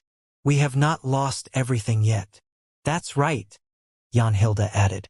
I switched sides because I want to punch that asshole Boron's face for kidnapping my brother. I don't care if I die doing it. Thelgrun clenched his fists. He took a deep breath before blowing a heavy air out. He then picked up his hammer. Every Ionia euro, he bellowed at the top of his lungs. Prepare for battle. We will let these cocksuckers know what dwarven rage meant. Jack went to the coordinates given by Serpent Boss. It was the place where the Dogs of War members had discovered the enemy's command base. Jack found that he knew the place. He came to this place before with grace. It was the large cave hall where Balgador's main station was located, the hub where the carriages and the trains gathered. He had used his corporeal state to scout the place and confirmed that Linda and the war table were there. From what he saw, he estimated around 30,000 soldiers were guarding the place. He might be able to force his way through if he went all out, but he preferred to not take the risk. If Linda was allowed the time to flee and move the war table, then they would have to start looking for her again. If he started acting, he had to get to Linda fast, so he stuck to the plan. He sent a message to John and Jeannie telling them that he was in position. Now all they needed to do was wait for Serpent Boss' signal. Serpent Boss reconvened with the other surviving Dogs of War members. David, Sergeant Zero, and Valenza were by his sides. They numbered more than 1,000. They sneaked through Palgrost's houses while making their way toward the coordinates given by Jack. While they were moving, David suddenly stopped them. Enemies nearby, he informed. He wore the God Eye monocle which was dropped by Gridhacker during the battle at Wicked Witch's headquarters. Currently, there was a large group of red dots within the radar scope. He led the others away from this group, but he saw this group persisted in their direction. They can track us, David informed. I think one of them has this monocle as well. That must be how they got so many of our members, said Sergeant Zero. How should we shake them from our tails? Valenza asked. David, take this. Serpent Boss gave David the thing Jack had given him. We will deal with this lot. You complete the mission. You can count on me, boss, David said. He stored the item and ran ahead. How should we do this, boss? Valenza asked. They know our positions using that monocle. There is no use to hide. Frontal assault. We will distract their attention from David, Serpent Boss answered. They greatly outnumber us, but I like the odds, Sergeant Zero said. One of them split from the group. It went in that direction, Motherboard informed Ronald. The others are heading over here. Do you think they know we are onto them? MMA Euro, Ronald thought about the situation. He then said, take a small team and chase the one who split. We will deal with the ones here. Motherboard called for some players to form her team. She then moved away while Ronald and the others proceeded onward. As they advanced, one of the enemies showed himself on the rooftop of one of the houses around the place. He started raining bullets using Bulletstorm. The bullets hit the soldiers around Ronald. Humph! Ronald fired his revolver. His shot accurately landed a headshot. But at this stage, expert players' age and level were high enough that even though Ronald scored a critical hit with his high-damaging weapon, the enemy didn't immediately die. The hit enemy ducked back into the roof before another ranged attack hit him. Fuck! Ronald cursed loudly. In his mind, he said, fuck this world. In the old world, I never need to aim at the same target twice. More and more dogs of war members showed themselves and started shooting. Ronald's soldiers fought back. Ranged attackers fired back while the melee advanced to close in on the distance. Sergeant Zero suddenly appeared from a side alley and struck the nearest melee player who was advancing. Sergeant Zero was very fast. He performed a string of combos. His first stab was accompanied by unblockable stab. He then shifted to the player's back by using phase strike and landed a backstab. The backstab was critical. These 3 hits killed that player and Sergeant Zero disappeared again using vanish. Ronald fired 2 bullets into the empty alley. Sergeant Zero appeared when he was hit by one of the bullets. Ronald had pinpointed his position from Sergeant Zero's killing intent. Sergeant Zero hurriedly ducked into an intersection before Ronald could fire again. "Chase them," Ronald ordered. He then heard Motherboard scream. He turned and saw Serpent Boss beside the woman. Serpent Boss had disappeared from Motherboard's radar, but he wasn't using invisibility. He was doing what Ronald did when Ronald avoided Jack's mana sense. Serpent Boss erased his presence and became one with the environment. Serpent Boss knew this could fool the radar because he had tested it on David's God Eye monocle. Under the concealed condition and the distraction created by his members, Serpent Boss sneaked to where Motherboard was and attacked her. His dagger was currently stabbed into Motherboard's throat while his gun pressed to her temple. He used rapid shot and Motherboard lost all her health point. Without pause, Serpent Boss used Bulletstorm, shooting everyone around him. Those people were still shocked at how someone managed to sneak into their midst and kill their leader in front of them. They were further stunned when the bullets from Serpent Boss Bulletstorm accurately hit them in their faces. While they were reeling, Serpent Boss took the God Eye monocle that Motherboard had dropped. Without this item, the enemy would have a harder time finding them. Serpent Boss acrobatically jumped up the roof and disappeared up there before Ronald could come to help. Ronald stopped approaching once Serpent Boss was out of sight. "Chase him," Ronald ordered. While everyone looked around the place, Ronald turned in the direction Motherboard said the 4th enemy had gone to. He preferred to hunt Serpent Boss. But after having a brief thought, he left the others to deal with Serpent Boss and the Dogs of War members here. This group could have split up and avoided them as they had done since yesterday. But they instead chose direct conflict this time. Was it a distraction to cover that one person who split from them? With this thought, Ronald summoned his steed and headed in the direction where Motherboard said the split one had gone. David paid attention to the surroundings using his radar. Serpent Boss and the others had gone out of his radar range. He hoped they were okay. He opened his party list and saw Serpent Boss' name was still white, which meant he was still alive. No red dots came chasing from behind, so he figured the enemies were still busy dealing with his comrades. He then saw a single red dot coming his way, at a very fast speed. Someone was using a steed. He thought about using his steed as well, but he would be easily visible if he did that. After studying the speed of the red dot on his radar, he concluded that the steed was at least a super rare grade. His rare grade steed won't outrun this enemy. He opened his map and looked. His position was not that far from where he was asked to go. Should he just use the item here? He preferred to complete his mission without any deviation. So, he stopped, hid, and waited until this red dot ran past him. The red dot did run past near his position, but it then stopped not far away. He was in hiding, so he didn't see who the rider was. The rider could be someone using the God Eye monocle. In that case, it was pointless for him to hide. It was just one enemy. He didn't believe he couldn't take on one enemy. With this thought, David moved from his hiding position and approached the red dot slowly. While he did that, the red dot suddenly disappeared. What a euro! His first thought was the same as Motherboard when she experienced the same thing, but he soon dismissed it because he didn't know of a skilled magic user in the enemy's camp who dared to go chasing an enemy by himself. Unless, of course, this enemy was Master. The last intel was Master was still outside dealing with Themisphere army, so it couldn't be him. Two other enemies came into mind, Long and Ronald. Both were very troublesome opponents. He decided to be prudent and moved away in silence. He could no longer trust his radar. He looked around while moving slowly. Genie had tried teaching him mana sense. He made some progress, but his mana sense was still very basic. He could only sense things right next to him. While he slowly moved away, his sharp hearing picked up a soft rubbing sound from above.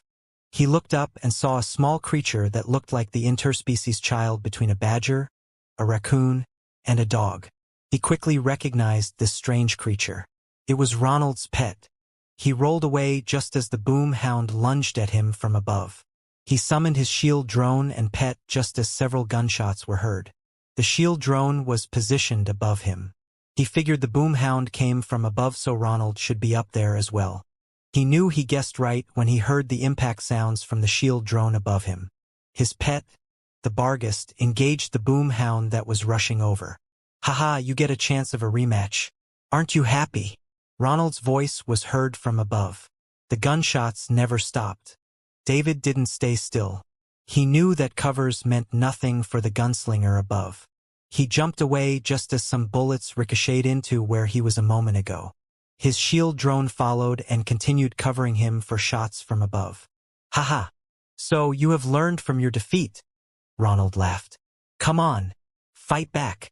Are you so scared because I beat you the last time?" "I don't have the time to fuck around with you," David said. A small item was in his hand. It was currently blaring with eerie crimson light.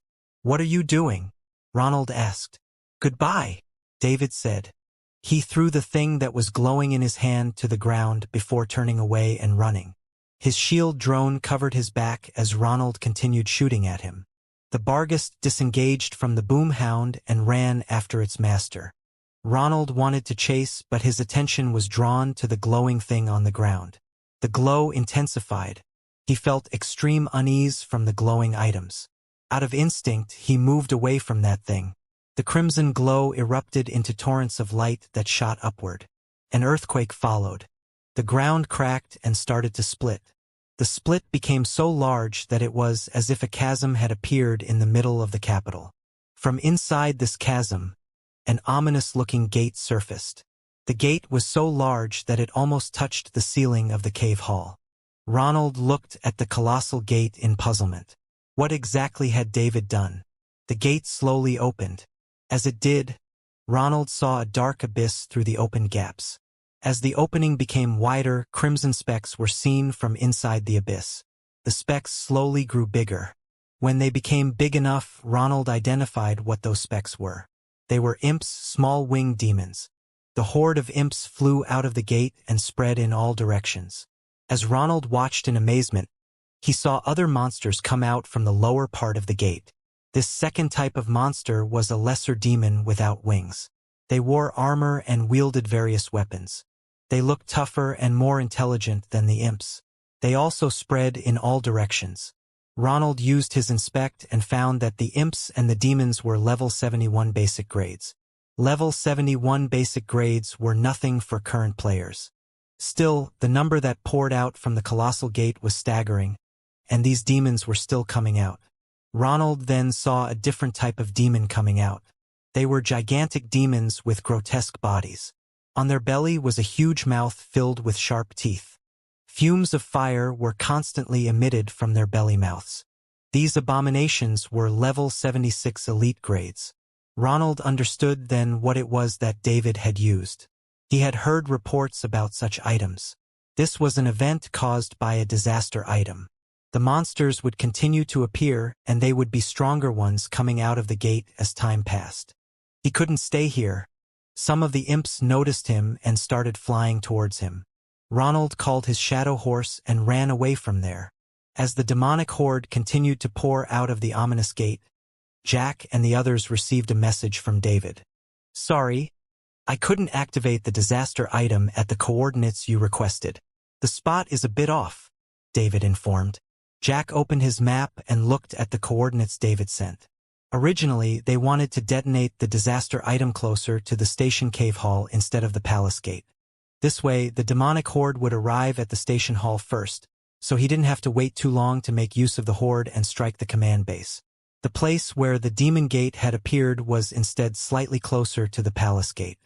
This meant the horde would arrive at the palace gate first before the station hall he was at. One more thing, Euro, David said. Ronald saw me use the item. Shit, Jack cursed. Ronald should know what the item was. This meant the element of surprise was no more. Of course, because some enemies were roaming around the capital looking for dogs of war members, they would have found out before the horde arrived at either the palace gate or the station hall. But if they only saw the demons without knowing where exactly this horde came from, the confusion would still be effective. They might consider it an anomaly without realizing the demons would become stronger as time passed. Now, they knew exactly what they were dealing with. Never mind. We can't expect everything to go smoothly, Jack replied to David. If you can, go to the palace gate. But prioritize safety. Don't get killed by the demon you unleashed. I will take care of the command base here. Jack ended the communication and asked Penuel, the disaster item lasts 5 hours, right? That's correct, Penuel confirmed. The demons will stop coming out after 5 hours, but they will continue to rampage for another 2 hours before disappearing. 5 hours are more than enough time for the demons to arrive at either the palace gate or this station hall, Jack said. David is level 71, so the initial demons that come out will be basic level 71, correct? Yes, Penuel replied. The last time, the disaster item's last boss was a rare elite 25 levels above the user's level. So, the boss here will be a level 96 rare elite demon. Jack asked. He didn't think any player at this stage could fight against such a high-level boss. Even a country's strongest native like the Lord Marshals would also not able to. The higher the user's level, the shorter the disaster item's level range, Penuel informed. When the user has a level of 30 or below, the monsters appearing will have a range from the user's level to 25 levels above him. From levels 31 to 55, the level range is 20 levels above the user's level. From 56 to 80, the range is 15 levels. Above level 81, the range is only 10 levels. But of course, the monster's levels will never go past level 99. So, if the user is a level 99, then all the monsters appearing will be level 99. So, the final boss for our disaster item will be a level 86 rare elite? No, if the user's level range is 56 to 80, the final boss is a mythical grade. If the user's level is above 81, the final boss will be an eternal grade. Level 86 mythical grade Euro, it is as strong as Emrys, Jack muttered. Emrys had increased a level recently due to the mass drill. Since David uses the disaster item close to the palace gate, the final boss will most likely head there. It will go to the closest concentration of enemies. Okay, let's warn Genie, Jack said. Whatever the outcome of this battle, Thelgrun will not be happy about us using the disaster item inside his capital. The capital will be heavily damaged. There were also scarce civilians. Jack couldn't do anything about them. He hoped they could find a place to hide throughout this disaster. If he saw ones in need of help, he would help, but he wouldn't go out of his way to search for them. He had duties to fulfill. What will you do? Penuel asked. Linda would most likely hear about the disaster item by now. They might be preparing to move away as we speak. Too bad the Archdemon Lord and Arlcard are unavailably Euro. I will use my incorporeal state again, Jack said. Hopefully Linda stays until the underworld demons arrive. If not, then I guess I have no choice but to take the risk and rush in. Outside, the evening was approaching. Master watched the Themisphere army approach. Here they come again, Spring Crown remarked. How meaningless. They keep on playing hit and run, Oberon said. Let the zombie army deal with them again. After the repeated light assaults from the Themisphere army, Linda decided to assign the zombie army to the front line.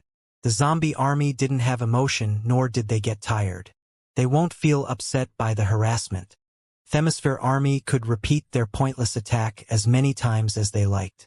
It won't bother the undead. The attacks would just serve to weaken their own instead. Get Riagiuro, Master said. The zombie army is already in position, Oberon said. I'm not talking about the zombie army, Master said. Yehayuro looks like it's different this time, Spring Crown agreed. During the previous assaults, the Themisphere army split into smaller armies with fast movement and harassed them at different points. At this moment, they advanced as they did on the first engagement yesterday. The Themisphere's 3 armies advanced slowly at the same pace. Master sent a message to Linda, who watched the enemy's movement from his projection map. She agreed it was not a light jab this time. They would probably just retreat again after fighting for a while like yesterday, Oberon said. He didn't believe the enemy was going to go all out. If they do, then that is fine, Master said. We do not need to waste our effort on them. We just need to keep them away until the palace inside is breached. I don't think so. I think they are attacking for real, Spring Crown said. Among the 3 armies, he saw players' guild armies. A loud horn was heard from the Themisphere army. The Themisphere's 3 armies picked up their speed. They were charging. Ranged attacks started flying between the Liguridium and Themisphere armies. Their melees soon engaged one another. Master was about to engage when he received an urgent report from Linda. I've just received a message from Ronald. He said one of the Dogs of War's members just used a disaster item inside Balgador. Players' guild armies marched amid the 3 Themisphere armies. The most eye-catching was the guild army following the central army.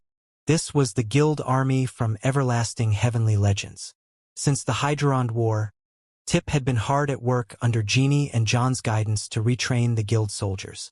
They replenished the number they had lost during the Hydrond War and then some. Currently, the Everlasting Heavenly Legends guild army numbered around 65,000 units. Their guild units were the same as the last time, with the only exception being the mage units. Trinity Dawn acquired an insignia that turned their mage units into upgraded variants. Their mages were now Tempest mages. This variant transformed the mages into pure offensive units with spells that focused on the lightning and wind elements. Their 2 mechanical units were also different than before. After their members were able to do the hard difficulty of the 2 legacy dungeons, they acquired many high-level materials. They used these materials to construct or upgrade the brave golems and ice cannon tanks. Both the mechanical units were slightly larger than during the Hydrond War. Their armor was also thicker and exhibited more detailed features. The ice cannon tanks had extra weaponry attached to them. Ice Thrower, which fired a jet of freezing icy vapor. This weapon dealt continuous ice damage to a large number of enemies that tried to approach the tank.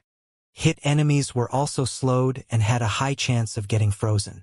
As for the brave golems, they now came with a backpack similar to the one used by Padawan's Brave King. This backpack didn't give them flying ability as Brave King's did, but it gave them a super jump ability as well as a speed boost similar to Windjet. This gave the slow and heavy Brave Golem a significant improvement in mobility, allowing them an easier time in getting their opponents into a melee range. 3 guild heroes and 2 guild guardians led Everlasting Heavenly Legends guild army. Uruk was now level 77, Nilrem was level 76, and Rahab was level 79. Penny, the lava dragonet, was now level 75. Gumaru, the dragon turtle, had the fastest improvement.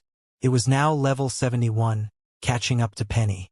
This was thanks to Broidryrig improving the quality of Heavenly Citadel's lake, which boosted Gumaru's improvement aside from the ice mana site inside its lair. The guild armies of the 6 other Themisphere guilds were also marching with the 3 armies. These 6 guilds had fewer number of guild units, ranging from 20,000 to 50,000 units. Offline Beasts had the fewest number since they had just reacquired a headquarters, while the guild with the most number of units after Everlasting Heavenly Legends was Corporate United. Seeing the opponent's guild armies, Linda also had her assistant summon the Worldmaker's guild army. The 6 other Liguridium guilds beside her did the same. In the past confrontation, Worldmaker only had 2 guild heroes and 2 guild guardians. Now they also had 3 guild heroes. Their newest guild hero was a level 80 mythical of the Draconian race. After conquering Hydrond, Master tasked Long and several other capable members to do a difficult quest with a high chance of awarding an exceptional guild hero. Long completed the quest with flying colors. The guild hero they acquired was not only high level and high grade, but also had a special bloodline that gave him a slightly different body than the average Draconian. This guild hero was a Draconian that could be said to be half-dragon. He had a pair of horns jutting out of his head and a pair of dragon wings behind his back. His name was Belsraid. Both sides didn't have Palgrost guilds with them. Palgrost guilds that supported Thelgrun had used their guild armies during the choke point defenses, while the ones that supported Boron were with him near the palace gate. They hadn't used their guild armies yet since there was no need to. They planned to summon their guild armies once the palace gate was destroyed. With the support from the guild armies, the Themisphere and Liguritum armies engaged each other. It was as Master and Spring Crown had expected. The enemy's assault was real this time. The Themisphere army went all out and fought, intending to vanquish every foe. There was no sign that they would pull back anytime soon. Both John and Linda commanded the armies and had them do multiple complex maneuvers trying to best one another. Themisphere army excelled in terms of each unit's prowess, while the Liguritum army excelled in numbers. This somewhat evened out the confrontation. In the battle, Worldmaker's Guild army of course went for Everlasting Heavenly Legends Guild army. With their impressive resources, Worldmaker also replenished their guild army and produced even more units than Everlasting Heavenly Legends. Their guild army numbered close to 75,000. Upon first contact, Belsraid had his eyes on the opponent's most unusual hero, the demon Rahab. Rahab didn't shy away from the provocation. Rahab took to the air and the two guild heroes clashed in the air. Both were hybrid combatants who had both melee skills and magic spells. Belsraid used a trident that emitted both fire and ice energies. His wings could conjure sharp winds that damaged opponents. His spells were both of the dark and light elements. Such a multitude of elements would have troubled ordinary opponents, but Rahab was not one. A demon had natural resistance against elements and magic damage. A demon with a grade such as Rahab possessed very strong resistance against many elements. Belsraid wasn't able to overwhelm the demon hero as easily as he wanted. While the two guild armies fought, their respective guild members also fought nearby. Those who had fought Worldmaker's guild army before were slightly puzzled. They didn't see Worldmaker's flying units, the Werbats. Last time it was these units that troubled the Eagle Rider hunters. This time, the Eagle Rider hunters were free as they fired their arrows from the sky. These guild players reported the oddity to John. At that time, John saw a large group of red dots approaching from the side. The defenders on the small mountaintop turned to where these red dots were coming from. They saw countless units come down from the clouds. They were the Werbats. When the armies were fighting near Mount Sedgebear, Linda had these Werbats sneak to the side. They flew a large roundabout path under the cover of the evening cloud and came to Themisphere's command base from the side. The Werbats didn't come alone. Each of the Werbats carried a person. They now dove towards the small mountaintop at top speed. Such a petty move. You are taking revenge for what I did to you the last time. John sent his mother a message as the Werbats were approaching. Disrupting the enemy's chains of command is a common tactic, Linda returned. What's best than to take out the command base? I agree with you, Mom, John replied. Linda frowned. John didn't sound panicky. What are you up to? Linda asked. Hee. Why don't you guess? John simply gave her a vague response. The approaching Werbats numbered 10,000, while the defenders were fewer than 1,000. These defenders had been surveying the lands below them to make sure no enemies sneaked into them. Little did they know the enemies came from above instead. As the Werbats approached, the people they carried on their backs readied themselves. The first Werbat that came swooping down targeted the main prize straight away, which was John. The rider of this first Werbat was none other than Long. Long used the Werbat as a stepping stone and kicked himself forward. He dove at John with extreme speed.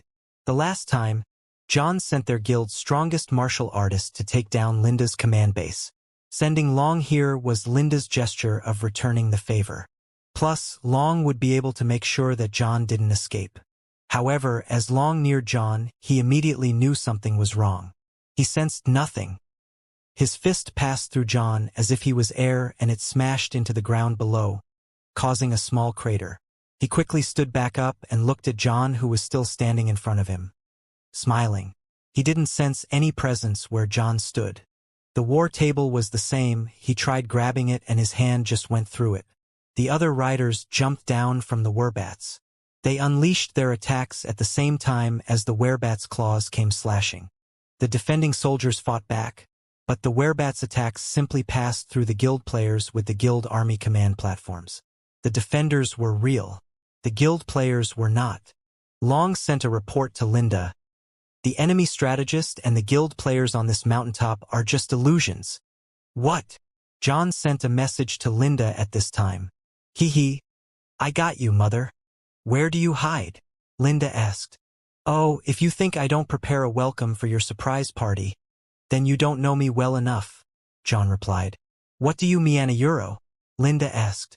While John didn't answer Linda's question, the answer showed itself soon. Long sensed something invisible coming at him. He used key bullet in that direction. His attack struck something and a player appeared. He then sensed other presences, a whole lot of them. A large number of players and native soldiers came out of thin air. As more and more appeared, Long's troops soon found themselves greatly outnumbered. Even the werebats were having difficulty as many flying enemies attacked them in the air. These were players with the Inquisitor class as well as natives who had flying spells. Long found himself besieged by many enemies. The regular enemies didn't trouble him much. He fought them while retreating. His 18 subduing dragon palms repelled anyone who tried to come near him. However, he suddenly found himself beset by a few experts. These experts were Doman's old students. Below, Michelle and Jason. While he easily dealt with the regular enemies, these three were not that easy to deal with. Not to mention these three also had companions who were ex-members of the Council of Charites. These companions cast ranged spells that were hard to dodge. Long had to activate his skill, Golden Body, and his buff martial art, Muscle Tendon Transformation, to mitigate the damage he received. He summoned his pet, the celestial lindworm, to deal with the enemy's companions. The lindworm opened its mouth and light breath poured out of it. Some of its scales opened and poisonous spikes shot out from the openings. Most didn't expect these secret weapons and were struck by the spikes. Aside from poison, the spikes also caused weakness. The celestial lindworm was also very formidable in melee. The large claws of its two forelegs dealt high physical damage and inflicted poison status. It was very fast and its scales were very durable, giving it incredible defense. While his pet took some of the pressure off, Long executed Ninyong's scorching blade to force below and the others back. When he wanted to use this chance to land a few solid hits, he found his sight blurred by countless sword lights. He wasn't able to use another ancient art so soon after using Ninyong's scorching blade. So he resorted to using his game skill, infinite lightning punches. Fists and swords collided. The impact threw the sword user away. The sword user was Warpath. After joining Everlasting Heavenly Legends and receiving a direct tutorial from Doman, Warpath's martial arts underwent improvement. His shadowless slash could now unleash almost infinite sword lights providing he could maintain the sword art. The longer he maintained the shadowless slash, the more strain he felt on his body. Thanks to Warpath, Below and the others recovered their balance without incident and advanced again. Fuck this, Long cursed. He briefly glanced around him and the situation was not good. He used his Fist Lord's skill, infinite comet fists. Countless comets struck everything around him. While the opponents were occupied, he transformed into enhanced dragon form and flew away. His celestial lindworm followed after him. Ranged attackers and those who could fly tried to stop Long, but he was very fast. His palms were also very accurate and deadly. Every incoming opponent was smacked to the side by his 18 subduing dragon palms. No one could stop him from leaving the place. Long didn't care about the comrades he left behind, who were not as lucky as him. They couldn't fly. They were surrounded and systematically killed. More than half of the werebats were also killed. The remaining ones fled after suffering many wounds. John set up the trap on the mountaintop by using the illusionist's illusion copy and invisibility shroud. He knew Linda would attack his command base at one point, so he constantly had illusionists make a copy of himself, the war table, and the guild players with their platforms above the mountaintop. The illusion copy lasted 2 hours. Every 2 hours, the defenders lined up and covered these copies from the enemy's sight while the illusionists produced another copy.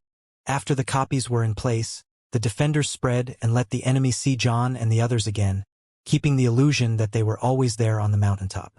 The only time John and the guild players were on the mountaintop was on the first day when they arrived. He had two purposes for using that mountaintop as the command base.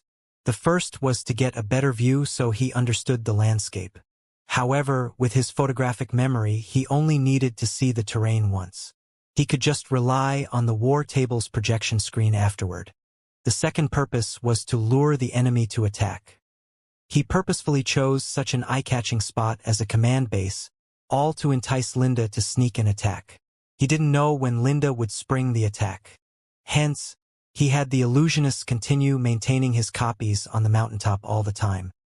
He himself hid inside a secluded cave in a nearby hill which his scouts found after he sent them looking on the first day they arrived. As for the hidden army, he kept them on standby at the back of the small mountain, away from the enemy's sight. Once he detected the incoming enemy dots, he sent a signal to the illusionists to cast the invisibility shroud on the hidden army. This invisible army then made their way to the mountaintop as the enemies approached. He prepared 50,000 soldiers for this hidden army, which were made invisible by the same number of illusionists. This was half the number of illusionists they had. The other half was with the main army which was currently attacking the LitRPG army. With 50,000 soldiers, this army easily beat the 10,000 Werbats and their 10,000 riders. These enemy shock troops returned with less than half of what they departed with. These shock troops were only a tiny fraction of the LitRPG army. Their loss didn't affect the army's strength, but it did cause their strategist a considerable mental blow. Due to getting bested by her son for the second time in sneak attacks, Linda's control over the army faltered. John saw an opening and seized the advantage. He had the cavalry units charged into a gap that had opened up within the LitRPG army's ranks. These cavalries penetrated their way to the back where the ranged and magic units were. They then created havoc there. This snapped Linda back to attention. She knew she couldn't let her guard down when going up against her son. She quickly rearranged the formation and even tried to box in the cavalries to slay them. But John was one step faster. He didn't let the cavalries stay for long. After killing a few enemies, they quickly rode away again. The damage was done. The enemy's formation was a mess. This allowed the other units to push in. In the battle between strategists, John might be winning, but he was not exactly having a good time. He had to focus all his thoughts on moving the troops. After all, the LitRPG had much more soldiers than them. The LitRPG not only didn't reduce any number since yesterday's battles, but they even increased a bit due to Master's Necronomicon. This disadvantage in number was hard to bridge when the enemy still had their strategist giving them effective commands. John hoped Jack could act soon and ease this burden he was having.